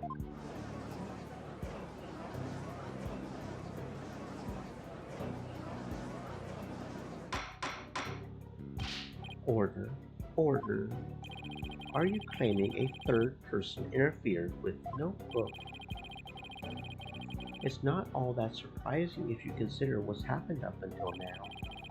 After both the car accident and the murder of Dumas Bloomsbury, there was always a cover-up not far behind. But I had my notebook with me at all times. Did you? Because I remembered you were in a panic yesterday because you couldn't find it. That's true. So who orchestrated this particular cover-up, Mr. Wright? If we think back over the course of the trial, it's pretty easy to guess. The one who may have tried to tamper with Soren's memories is... Take that! The one who tampered with the notebook in order to manipulate Mr. Sprocket's memory is Pierce Nicody.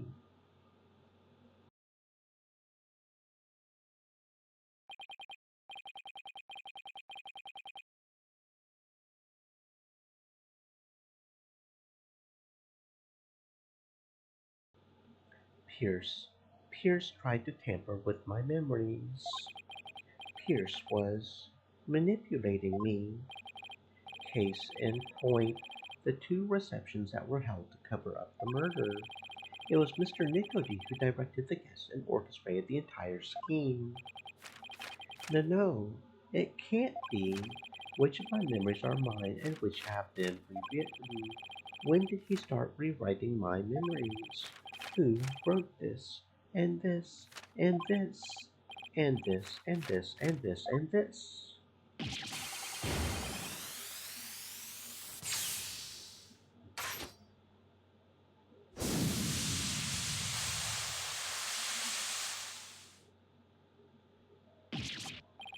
He literally took off.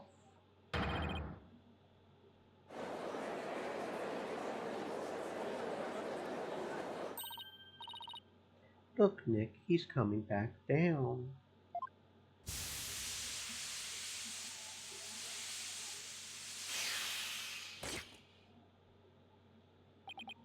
My memories. Ellen. Mr. Sprocket. Bailiff, please get Mr. Sprocket to the infirmary on the double.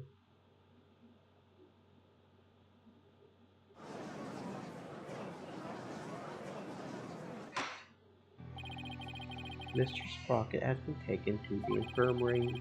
We don't have to worry about him running away, so let us resume where we left off. Your Honor, the defense would like to call Pierce Nickety to the stand. Objection! We already know he carried out the cover-up to protect the company and Mr. Sprocket. What more do you want from him? This time it's different. The notebook, or rather Mr. Sprocket's memories, have been tampered with. That means the only person who knows the whole truth is now Mr. Nickety. Don't tell me. Are you actually trying to drum up a third suspect in order to exonerate the defendant and her groom? I'm not drumming up anything, nor do I have grounds to accuse him of anything. Yet. All I know is that Mr. Nickety was the one who knows the truth. And I think he's still hiding something. Something we don't know about yet. No grounds yet, is it? Well, Mr. Edgeworth, does the prosecution consent to calling the witness to the stand? It does, Your Honor. However, I would like a little time to talk with the witness before we do. Very well. We will break for a 20-minute recess.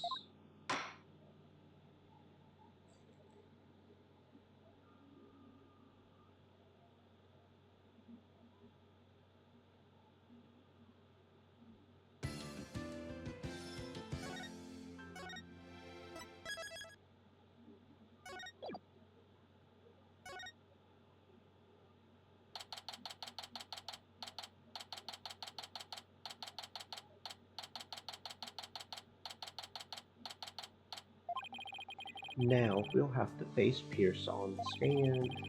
I'm not sure if I should be surprised or not. One thing's for sure, he won't be an easy adversary. So, do you think Pierce did it? It's too early to say anything at this point, but I do think he's still hiding something. Nick, why didn't you pin everything on Soren Loser back there? Looks like Larry still hasn't given up on Ellen.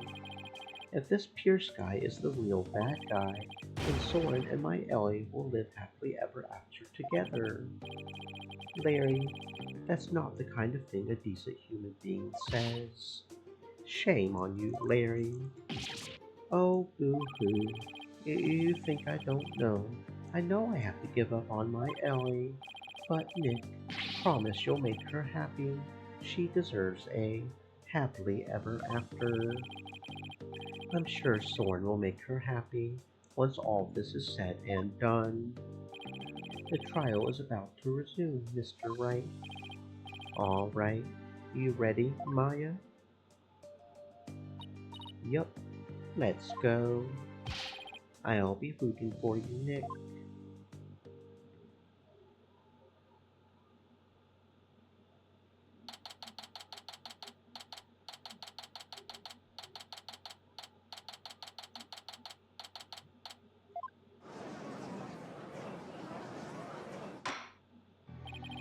This court is now back in session. Witness, please take the stand.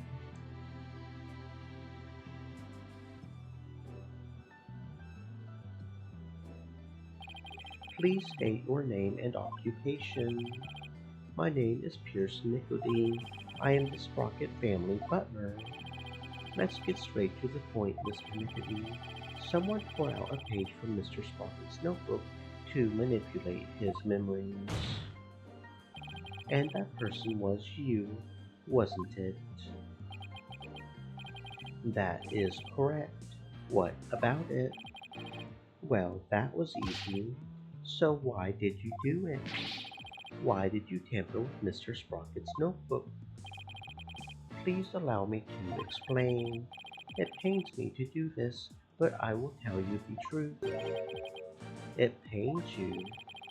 That is correct, for my testimony will go against Master Soren's wishes. Soren's wishes. What is he talking about?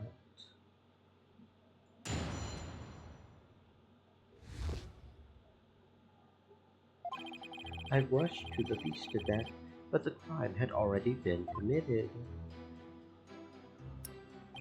I saw Miss Ellen and Bloomsbury collapsed, and Master Soren writing in his notebook. Master Soren said to me, "I'll take the blame for the murder, so please take care of Ellen."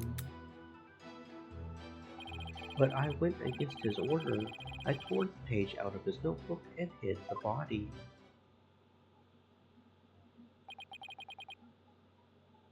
Wait a second. What Mr. Sprocket was writing in his notebook at the time, could it be?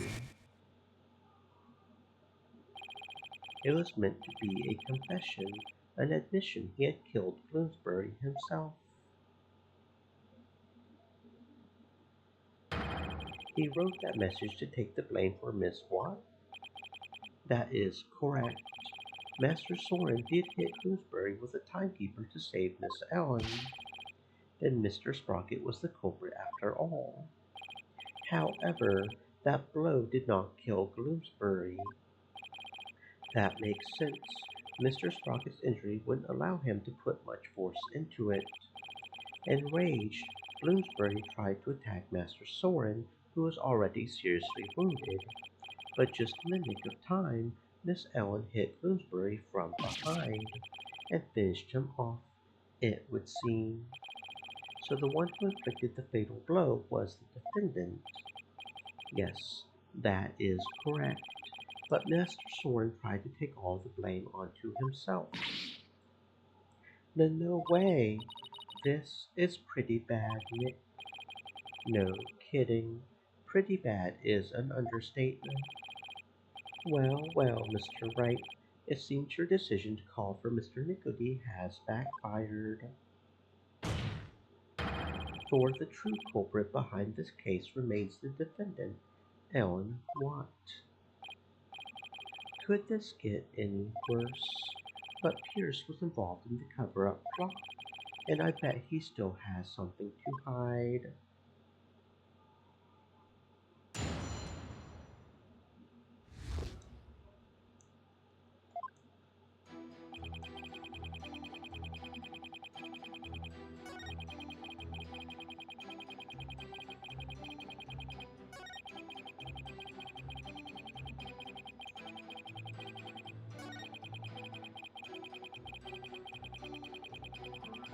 Hold it! Mr. Nicody, could you please tell this court about that in more detail? That, you say? Which part do you mean, Mr. Wright? Could you be more specific? Oh, alright. What part do I want to know more about? Please tell me more about the hiding of the body. Very well.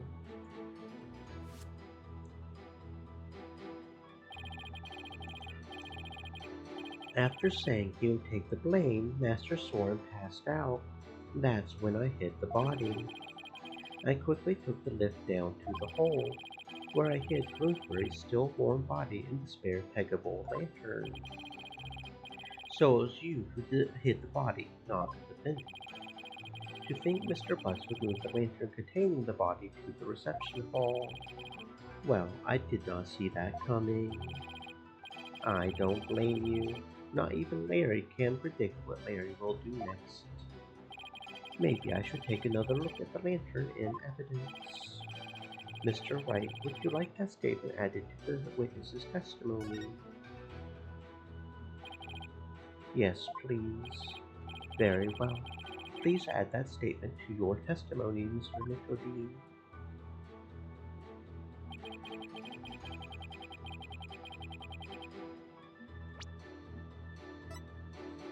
Objection! Could it be? Is that what happened? If what I'm thinking is true, then maybe I can prove neither Ellen nor Soren did the deed. Mr. Nicodine, you said the body was still warm when you hit it, correct? So then, what if Mr. Bloomsbury was still alive when you went to put his body inside the lantern? What? That's preposterous. Actually, this shows that the victim might have still been alive while inside the lantern. I'm afraid you'll have to point out which part you're talking about, Mr. Wright. This part here shows that the victim might have still been alive inside the lantern. Take that! As you can see, the back end of the lantern is a door, and there's blood here on the wheel. Objection! That blood stain must have gotten there when the witness put the body inside the lantern. It, in no way, shows that the victim drew his last breath while he was within the lantern. I disagree, Mr. Edgeworth, for you see, in putting this lantern back together, the police inadvertently placed the inside handle on the outside, and vice versa. In other words, the wheel handles got swapped. Oh my, so they got swapped. Yes, they got swapped. What? But that's ridiculous. Not at all, if you compare the other male peggable lantern in the reception hall.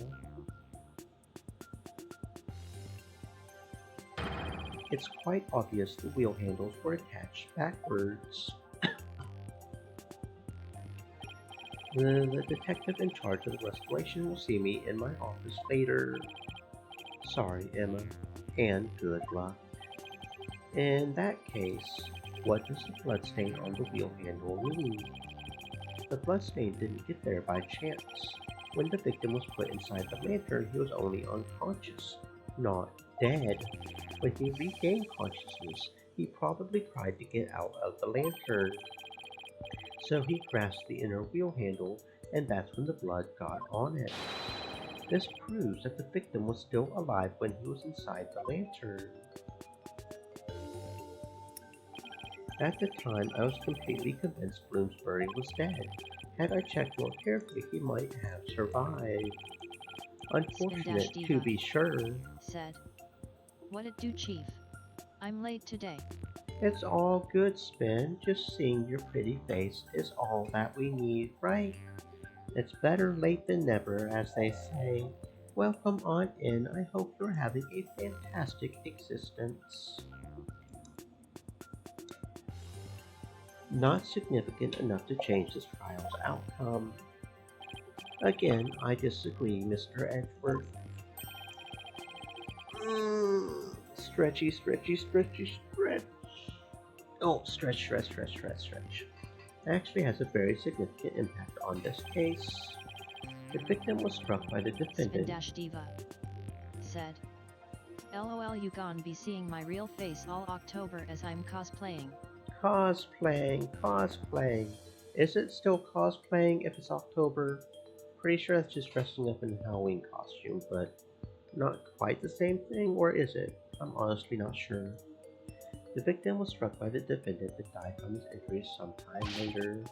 There's nothing more to it. Objection! That's where you're wrong. Let's take another look at Mr. Bloomsbury's autopsy report, shall we? Please focus on the description of his injuries. It says one contusion was found on the back of the head and one on the side. Spin-Diva said. Dunno, Dunker. Yeah, you're right. Doesn't really matter, does it? As long as we all have fun dressing up all pretty like. Or scary, or, you know, whatever you're dressing up like. Yes, the one Mr. Sprocket gave him and the one Miss Watt finished to delivered to finish him off. No, the defense would like to submit a different interpretation. A different interpretation. The victim was knocked unconscious by the first blow and was then put into the lantern. Then, what about the lethal blow by the defendant that the witness talked about? Yes, well, that didn't happen. After some time, when the victim regained consciousness and tried to get out of the lantern, that's when he received the second blow that finished him off. Taking into account the fact that the victim was alive for a period after the first hit, and that he did receive a second blow to the head, it does seem entirely possible. Yes, as long as the first blow didn't kill the victim instantly, but there's a possibility that someone other than Mr. Sprocket or Miss Watt delivered the fatal blow. Objection! That's all you've got? Even if there was a time lag between the two blows, the prosecution's position doesn't change. What do you mean? It's elementary, Mr. Wright. After the reception, when the defendant was cleaning up the reception hall, the victim, who was supposed to be dead, suddenly came out of the lantern. The defendant grabbed the murder weapon, which was right there, and finished him off. That theory sounds awfully familiar. Of course it does, Your Honor, because it's exactly what I proposed at the very start. The second blow was inflicted by the defendant after all. I see. It seems a tangle of mysteries has unraveled into a single thread. Objection! But as long as there's a possibility that the fatal blow was delivered by a third person, then we must continue the deliberations. Give it up, Mr. Wright, unless you have something. Said. Don't you know how this game works, dude? His name is Wright. He's always right. Actually, no. He did lose to Apollo Justice once in this series so far. So he's not always right, but, he's mostly right. Unless you have something to prove the presence of your precious third person. Okay, Nick, just relax. You can do this. Come on now, take some deep breaths. Good idea. Deep breaths. Deep breaths. There, don't you feel better already? Maya's right. I should calm down, get my focus back, and go over everything again. Said. She looks omtree. And then, hopefully, I'll be able to find something to prove there was a third person. Let's see. First, why did Bloomsbury attack Ellen? Because he was tired of taking the blame for the accident. But something about that line of reasoning just doesn't feel right to me. No. How come? Well, if it's just a personal vendetta, he had already stabbed Soren. So why then was he so determined to go after Ellen? You're right. This whole thing feels too premeditated for a crime of passion. But Bloomsbury didn't seem to have a personal grudge against Ellen. If Bloomsbury didn't have a personal reason to attack Ellen, then... You've taken long enough, Mr. Wright. Now it's time for some action. What proof do you have that third person was involved? Alright, I'll show you. I'm not completely sure of what I'm doing yet, but it looks like I'm out of time. This piece of evidence proves the involvement of a third person. Take that! I get it now. Now I see why this note bothered me so much when I first saw it. It looks like a note outlining the murder plot. That note was apparently written by the victim, though why would he feel the need to write instructions to himself like this? Your Honor, please take a look at this note. This is the victim's murder plan, right?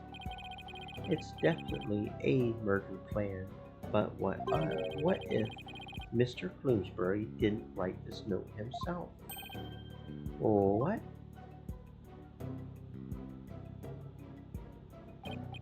This is how you intend to conjure up your mysterious third party, Mr. Wright. Can you even prove that note wasn't written by the victim? Yes, I can. Very well then, please present your evidence, Mr. Wright. This evidence proves the victim didn't write the note. Take that! This is the weapon Mr. Bloomsbury used to stab Mr. Sprocket. I was wondering what you would pull out this time. Dare I ask what that could possibly have to do with the note? Mr. Bloomsbury's prints were found on his candelabra, and the prints were from his left hand. So, that makes the victim left-handed, correct? Exactly, Your Honor. The police looked into it, too, and confirmed as much. Now take a look at the smudge writing in this note. Notice how the smudging only starts from the middle of each preceding line. Had this been written by a lefty, the writing would be smudged from the far left end. This means that whoever wrote this note was definitely right-handed. In other words, somebody other than the victim wrote this note. What? But if someone other than Mr. Bloomsbury wrote it, then what does this note mean? Mr. Bloomsbury followed this note to the letter when he attacked Miss Watt. So, clearly, this note isn't a murder plan written by Mr. Bloomsbury, but rather, these are instructions to kill Miss Watt issued by somebody else. Objection! If it wasn't the victim who wrote these so-called instructions, then who wrote it? Most of the people involved are right-handed, you know. He is correct. The majority of the family and their employees who were on the airship are indeed right-handed. I must say that's a very rough and slipshod conjecture you propose. I admit I haven't figured out who wrote it just yet. Leave it to Mr. Edgeworth to go for the jugular. This culprit who ordered Bloomsbury to attack Ellen, what could their motive have been? It doesn't seem very likely Ellen did anything to incur anybody's wrath, right? Right. Not too likely, anyway. In that case, it has to be about Soren. If somebody were to hold a grudge against Soren, what would it be about? That accident, I would guess. I could understand if Bloomsbury felt resentful about having to take the blame, but the one who lost the most to that accident was Soren's sister. She lost her life after all. Soren suffered too, of course. He was crushed by losing somebody so precious to him. Somebody precious. Soren's sister. Wait, there's one more person. There's someone else who must hold a grudge against Soren. Did you figure out something? I think so. I think this somebody else used Bloomsbury to try and get revenge against Soren. Did you say somebody tried to get revenge against Mr. Sprocket, Mr. Wright? The person who manipulated and used Mr. Bloomsbury was...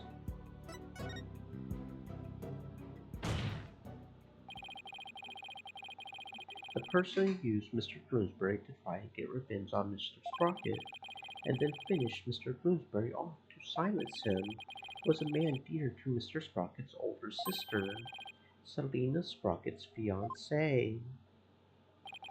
Not that I'm not positive, but it's certainly possible.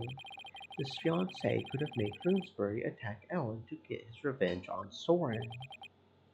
Well, what? Her fiancé.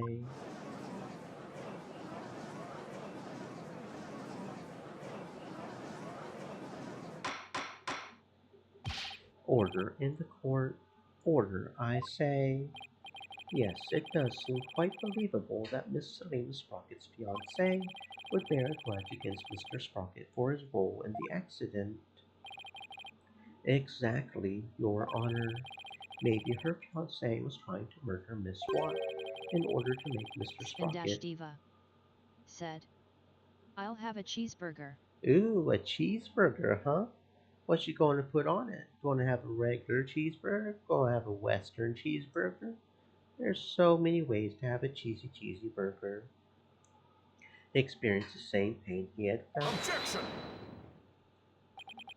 Miss Sprocket's fiancé was a surgeon, if memory serves, but the only people who attended the reception were family and staff members. That may be, but then that just means that Miss Sprocket's fiancé must have been among those who attended. What? Really? Of course. Diva said, I like it plain and boring. There's nothing wrong with plain and boring.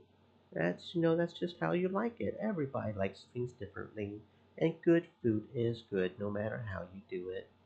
It's just nice I like seeing what different people put on their burgers because there are so many ways to do them.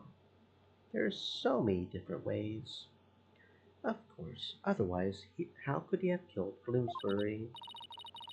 Oh, I see what you're doing. This is just another giant bluff, isn't it? Alright, I'll bite. Who exactly do you claim this fiancé to be? Yes, I would like to know as well. Are you sure you're going to be okay, Nick? Well, maybe.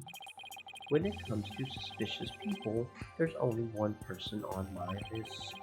I need to find something that connects him to Selena. This will help us identify Miss Sprocket's fiancé. Said, I'm picky. I'm allergic to condoms, I mean, condiments. Oh, XD. you can't handle that rubber, friend. See, I love a whole lot of mayo. I really like a lot of mayo. I like that creamy white goodness. It's good stuff, and the aioli especially. Aioli being pretty much just a garlic mayo. There is vegan mayo as well. That's really nummy. This one. Take that! Please take a look at this photo, Your Honor. That photo. Diva said, flat, gross. No thanks. No mayo for you. No mayo on your burger.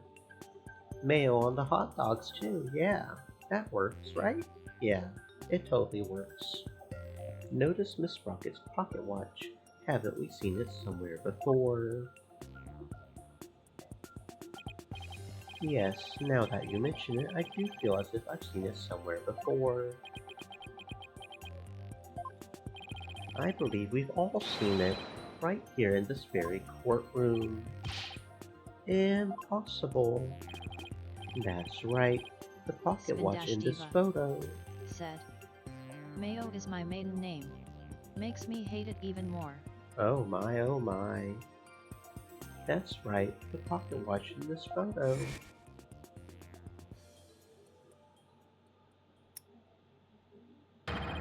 It's the same pocket watch Mr. Nickety has on him right now. What? This is clear proof of a strong connection between Pierce Nickety and Selena Sprocket. No. Well, Mr. Nickety, is this true?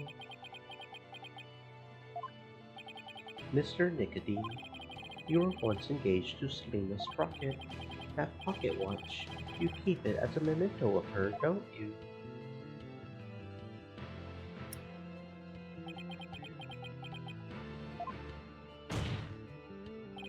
Mr. Nickety, you plan to rob Mr. Sprocket of his loved one to make him feel the same pain as you. Isn't that right? But Mr. Sprocket managed to fight back and knocked Mr. Bloomsbury unconscious. You thought Mr. Bloomsbury was dead and hid his body in the lantern. But then you noticed Mr. Bloomsbury regained consciousness. And so you finished him off to prevent your plan from being exposed. This is the defense's take on what really happened in the murder case. Mr. Wright, does this mean you wish to officially accuse this witness of the murder of Dumas Bloomsbury? Does the defense accuse Mr. Nickety of the murder? The defense indicts Pierce Nickety in charge of murdering Dumas Bloomsbury. Oh my. Mr. Nickety, would you care to respond? Man, this lawyer just yaps on and on and on. As you guess, this watch is a memento of Selena. It stopped working at the time of the accident, though. Then, you really are.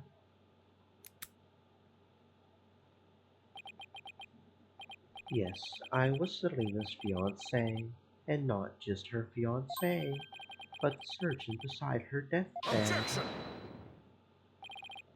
Mr. Nickety, why didn't you tell me any of this before? Shut it, you useless prosecutor.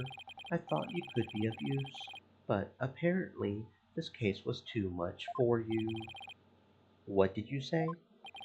If your office hadn't stuck its nose all up in this, I could have swept it under the rug. Not only did you interfere with the case, but you even let me fall under suspicion. That's because you kept trying to cover things up on the sly. But covering things up wasn't your only involvement. The only person who had the motive to use the victim to try and kill Miss Watt was you.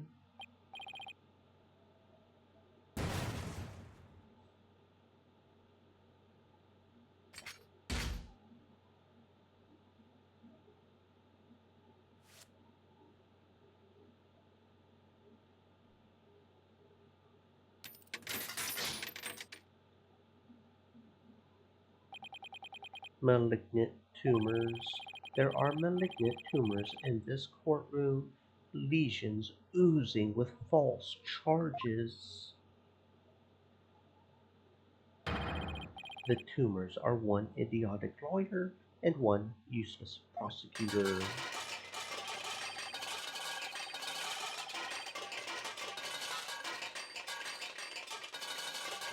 After the truth is revealed, I'll have the both of you inside from the legal world.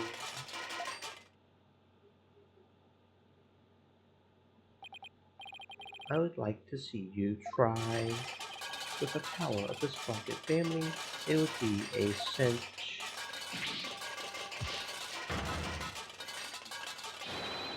I will now begin the operation. Oh, what in the world happened to Mr. Nickety? Looks like he's finally showing his true colors. Nick, look what he did to that shoulder mitt. Quit your yapping before I suture your chatty lips shut. It's like he's a completely different person. Sure looks like it, huh? We can't let our guards down now. Mr. Nickety, it's finally time for you to testify to the truth. It seems we're entering the final act at last. Witness, your testimony, please.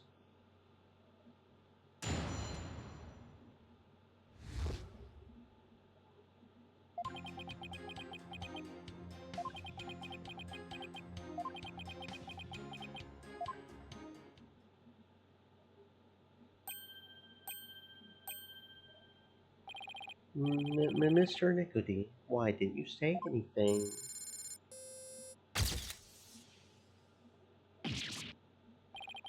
He just took a picture of me, or something. You want me to voluntarily testify, hoping I will make a slip of the tongue. Not a very impressive plan, or brain, I might add. That was uncalled for. If you want to know something, you ask the question. I will answer, but I have no intention of making any voluntary statements of my own. What's he trying to do, Nick? He's using the silent treatment as a strategy to avoid getting tripped up. Clever guy. No more Mr. Lies, Mr. Nicody. You will tell us nothing but the truth from now on.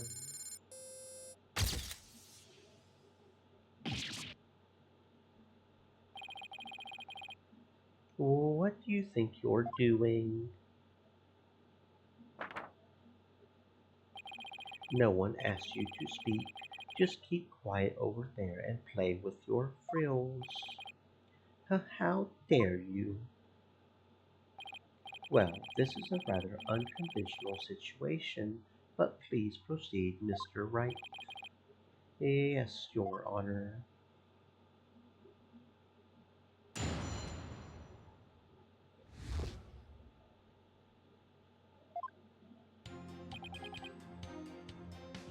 Holding!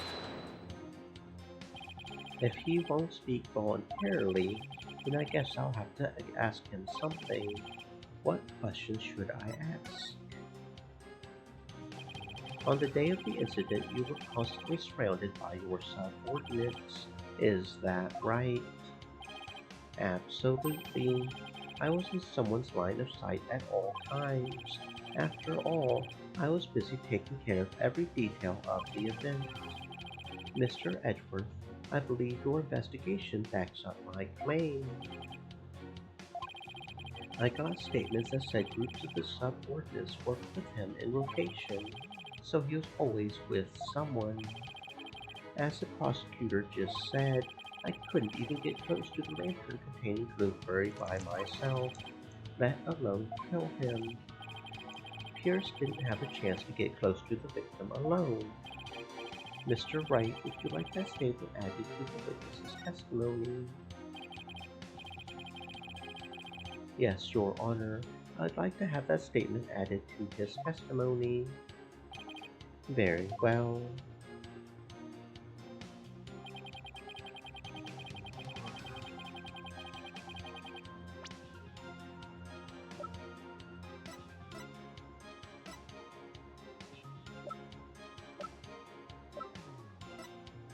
Objection! Mr. Nicody testifies that he was always with someone at the time of the incident and never had a moment alone to commit the crime. Yes, and the police investigation backs that statement up, doesn't it? But there was an opportunity, in fact, one and only one. A moment when Mr. Nicody could have killed Mr. Bloomsbury without anyone noticing. What? And the one thing that made that moment possible is shown here in this photograph. With all those people watching, I couldn't have possibly committed murder. Do not believe him, Your Honor. This lawyer is a malignant tumor. He wants to infect this judicial body with... Mr. Nicody, I would ask that you keep quiet this time. We need to evaluate the defense's claim, and your yammering only serves to throw further suspicion your way. Mr. Wright, let's see this one thing you mentioned. But be warned, this had better not be one of your offhand claims. Who do you think you're talking to, Mr. Edgeworth? Very well, Mr. Wright. Please point out for us the one thing that made the moment of the murder possible. That one moment when it was possible for Mr. Nicody to kill Mr. Bloomsbury.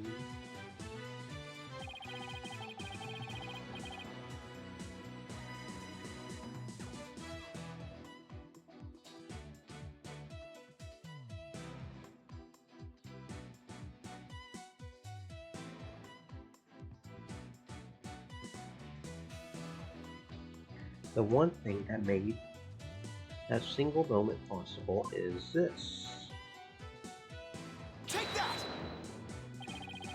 The one thing that made the moment of the murder possible is this thick, nude fog that engulfed the entire reception hall.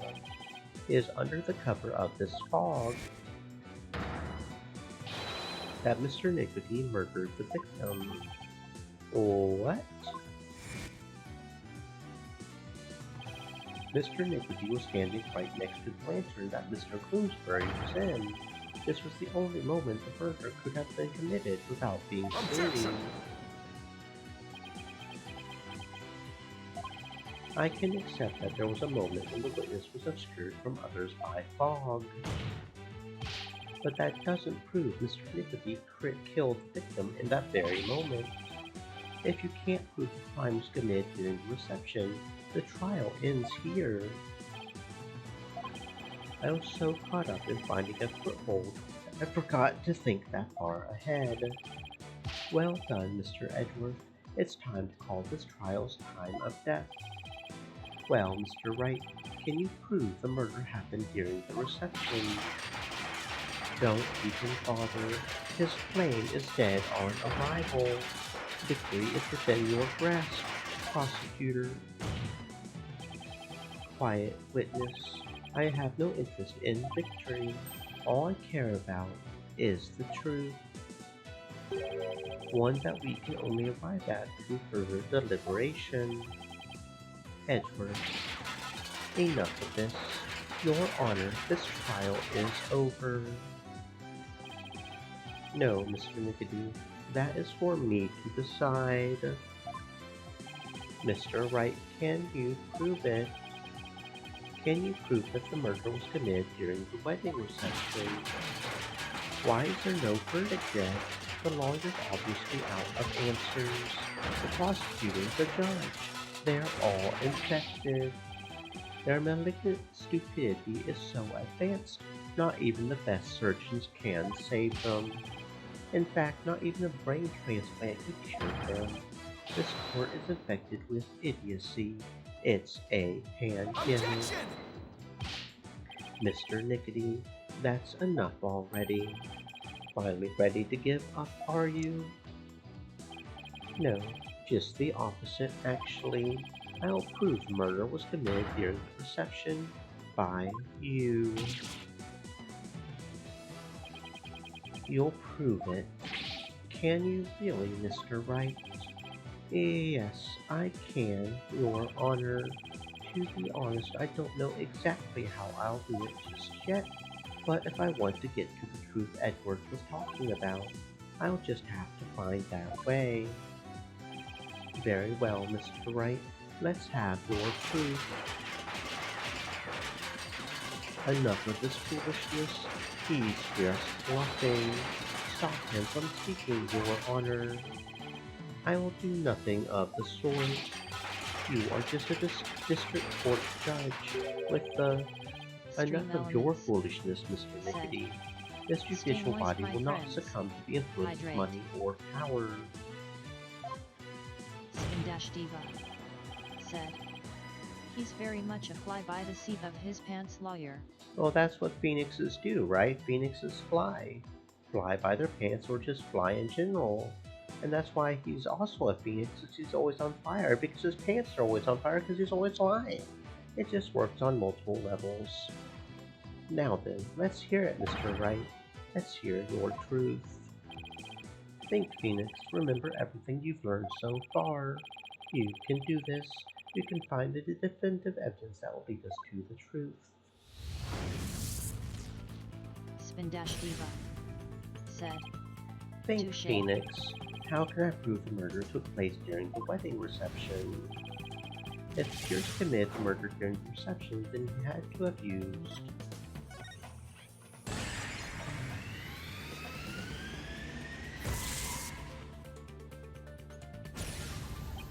Yes, the weapon that was used to strike the victim twice. According to the autopsy report, the victim was hit by the same object both times. So, without a doubt, Pierce used it to commit the murder. The weapon used to kill Bloomsbury was...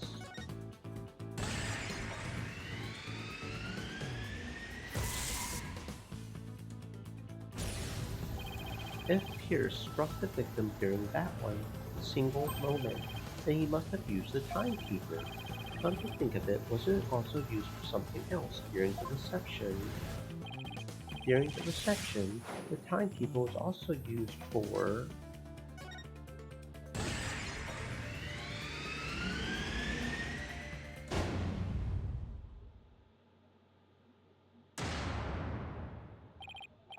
That's right.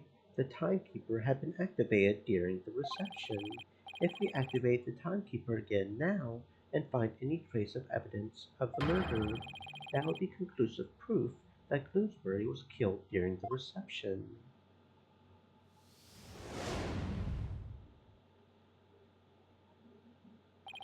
A special ceremony took place during the reception in question.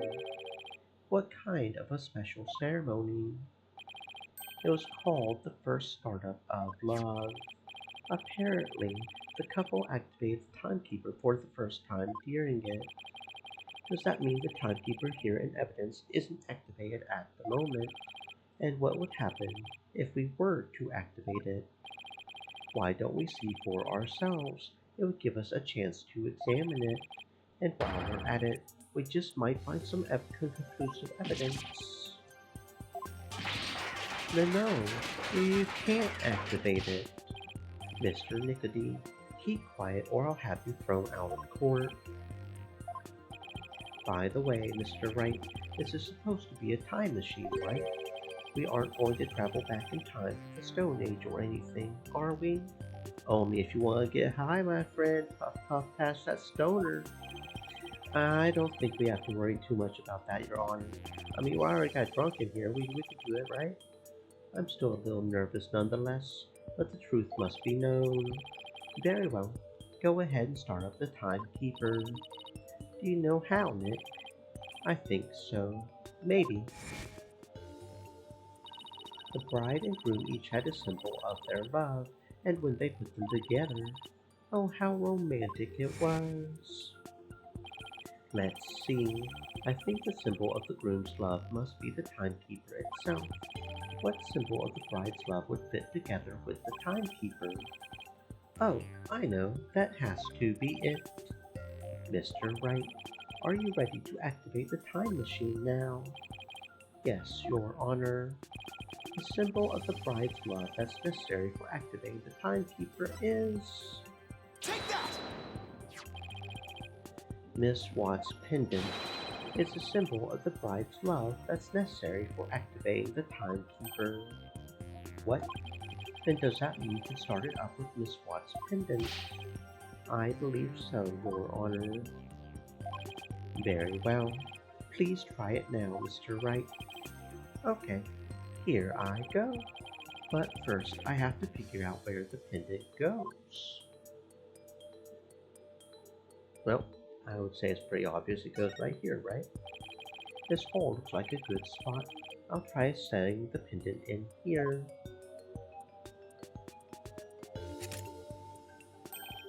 It fits. This must be the right spot. Now I have to find a place to insert the key.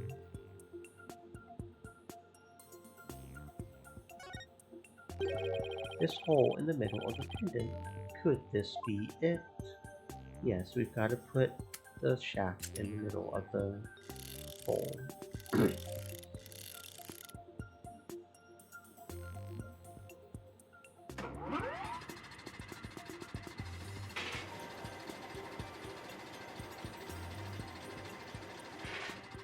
Will you look at that? It worked. The timekeeper's been activated. Now all I have to do is find proof that the crime was committed during the reception. I mean, there's a giant crack on the top. Here we go. I think I found it. Conclusive evidence that the murder was committed during the wedding reception.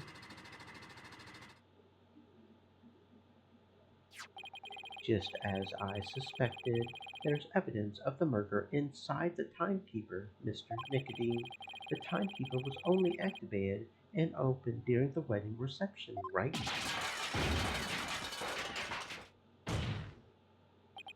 So that means this is conclusive proof that the crime was committed during the reception.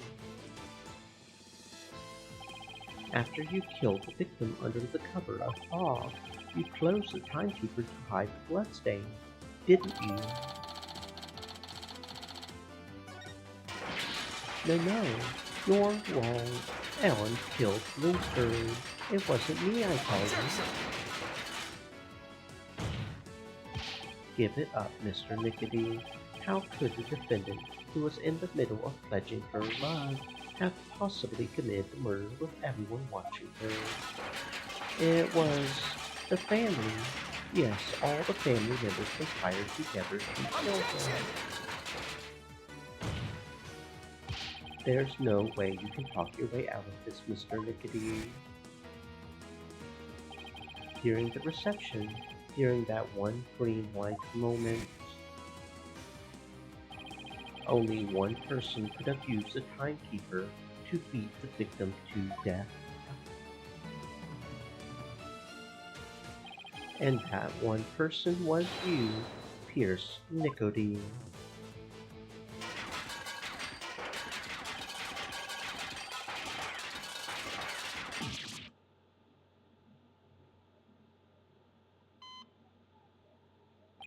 No, this isn't over yet. I won't give up. Oh no, I cut the artery. This stupid thing. We must stop the bleeding now. Give me the forceps, I said. Where is everyone? Fine, I'll manage this alone. I'll do it all by myself. I can fix anything, repair anything. So you have to get there. You have to live. You must. I would have been able to save her. If only I hadn't listened to her. If only I'd treated her first. If only that Soren hadn't been there. Cicilina. No.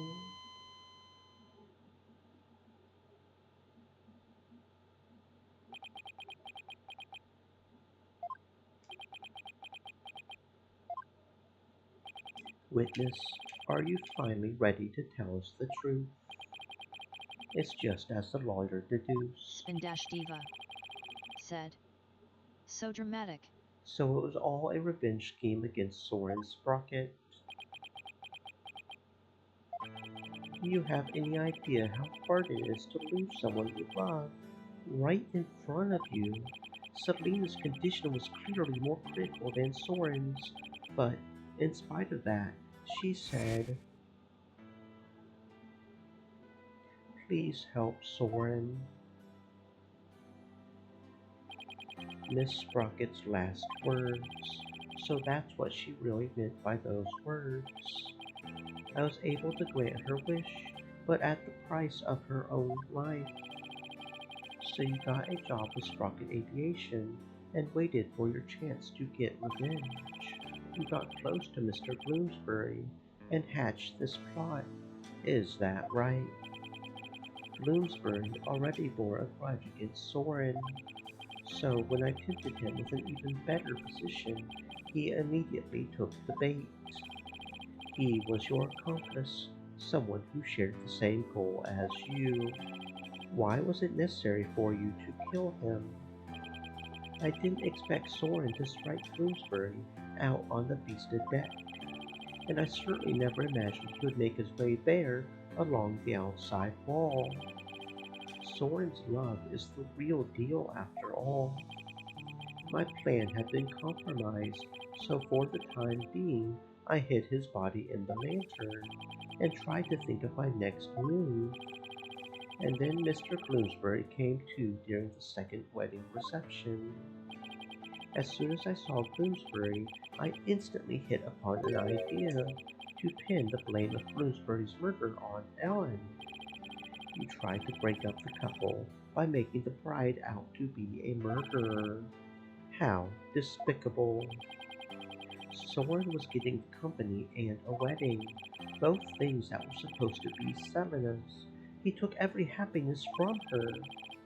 Who's the despicable one here? Do you think what you did would make her happy? I know it wouldn't, but I couldn't just stand by watching Soren enjoy his happiness. I was going to have Soren taste the same pain I had, and then take over Sprocket Aviation. I would take back from him all of the happiness that was rightfully Selena's.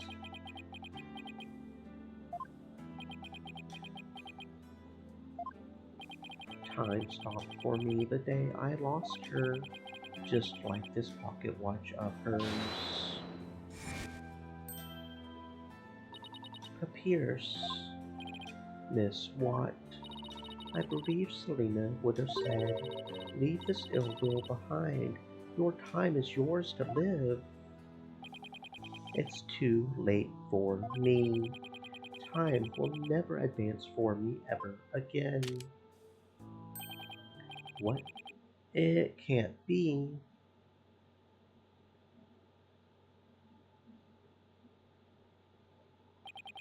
I see now, Selena. What I did was wrong.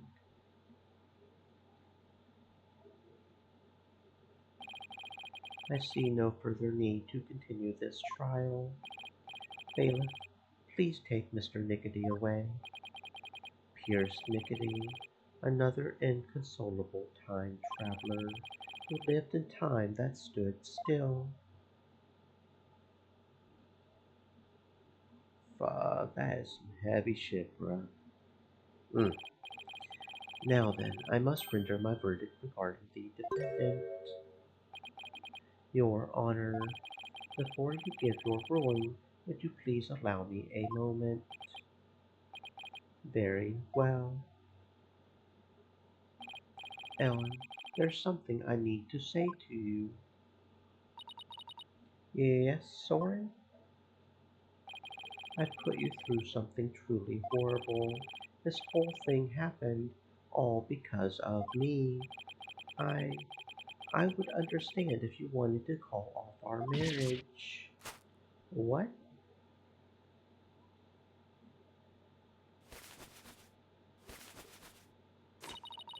Of course not. I've never once thought that. If you stay with me, you'll only face even more trying times in the future. What do you mean? The truth of this incident and the car accident before it. I'm going to tell the public everything.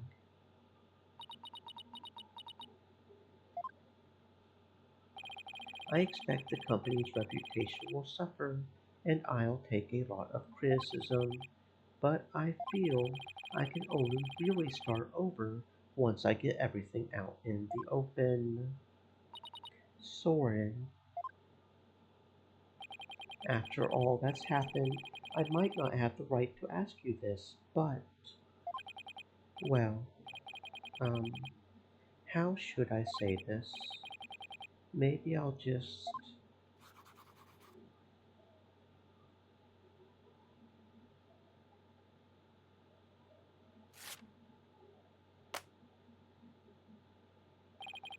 A life with me probably won't be very easy, but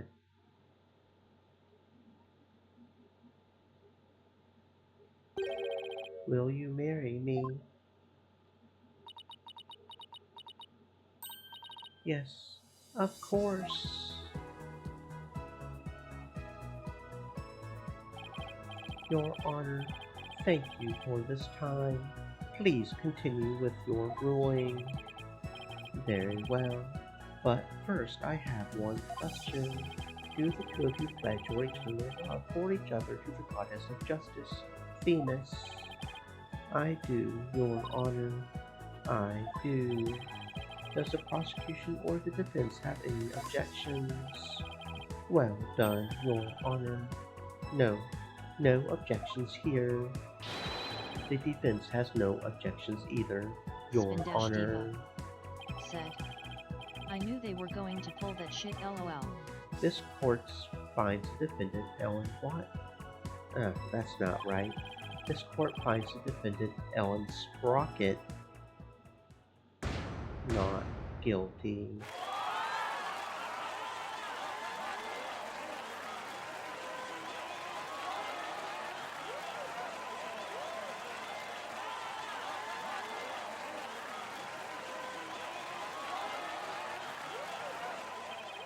This court is adjourned.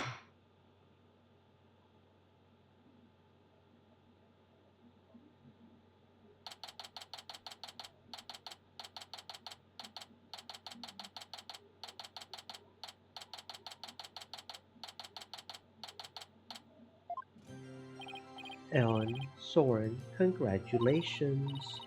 Mr. Wright, I can't thank you enough. If you hadn't exposed the truth, Soren and I wouldn't. We wouldn't. But now you can finally start your new life together, right? Oh, thank you, Mr. Wright. We'll be holding our real wedding ceremony in the near future. Would you do us the honor of coming to it? I want you to witness our fresh start. Of course, I wouldn't miss it for the world. And, Ellen, this time it'll finally be happily ever after, right? Oh, yes, the two of you have persevered and overcome this trial together.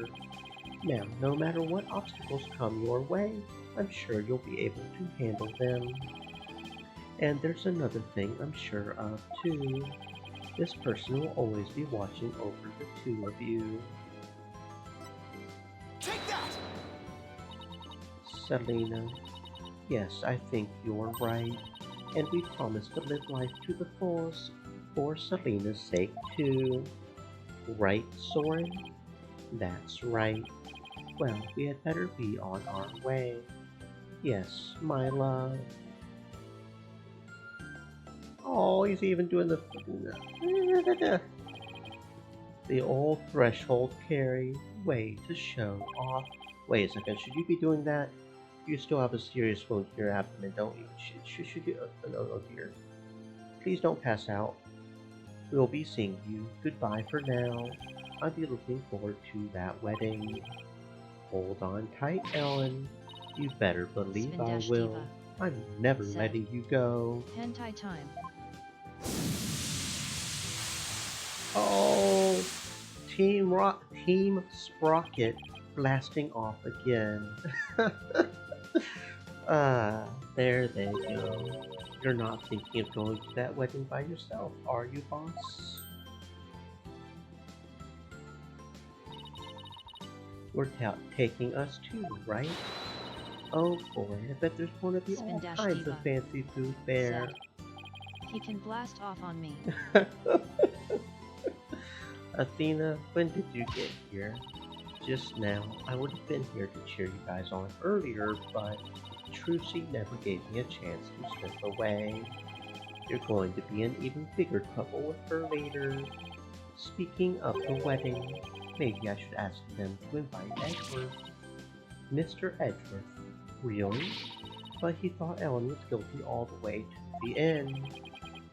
That may be true, but don't even bother. This claim is dead on arrival. Victory is within your grasp, prosecutor. Quiet witness. I have no interest in victory. All I care about is the truth. One that we can only arrive at through further deliberation.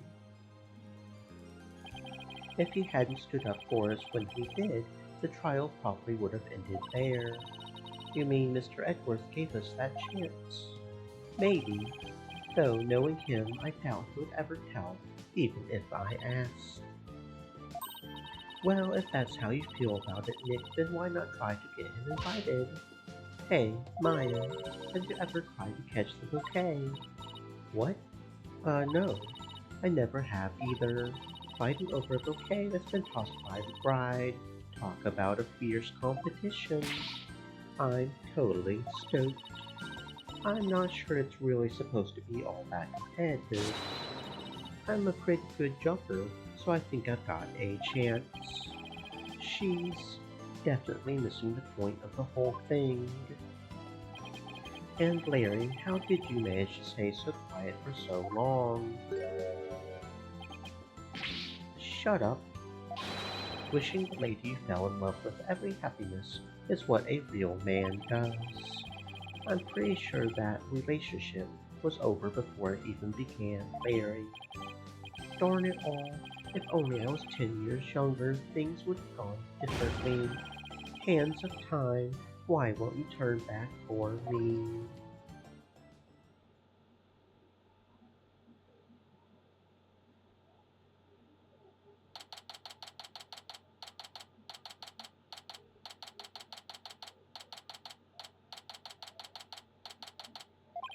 Today is Ellen and Soren's third wedding ceremony and reception. I heard the bride and groom insisted it be on the Flying Chapel again. In the end, they were nice enough to invite me and Maya, and Athena kind of invited herself. They also invited Edgeworth, Emma, and even Larry. They say third time's the charm, right? I really do hope it's happily ever after for them this time around. Still, I get the feeling it's going to be one rowdy party.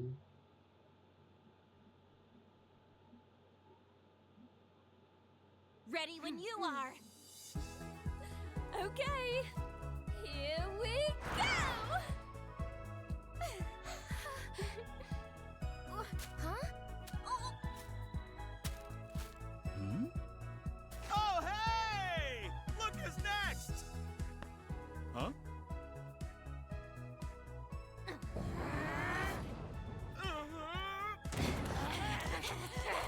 Get back! Haven't you ever heard of Lady Ruth? I'm truly blessed to have you.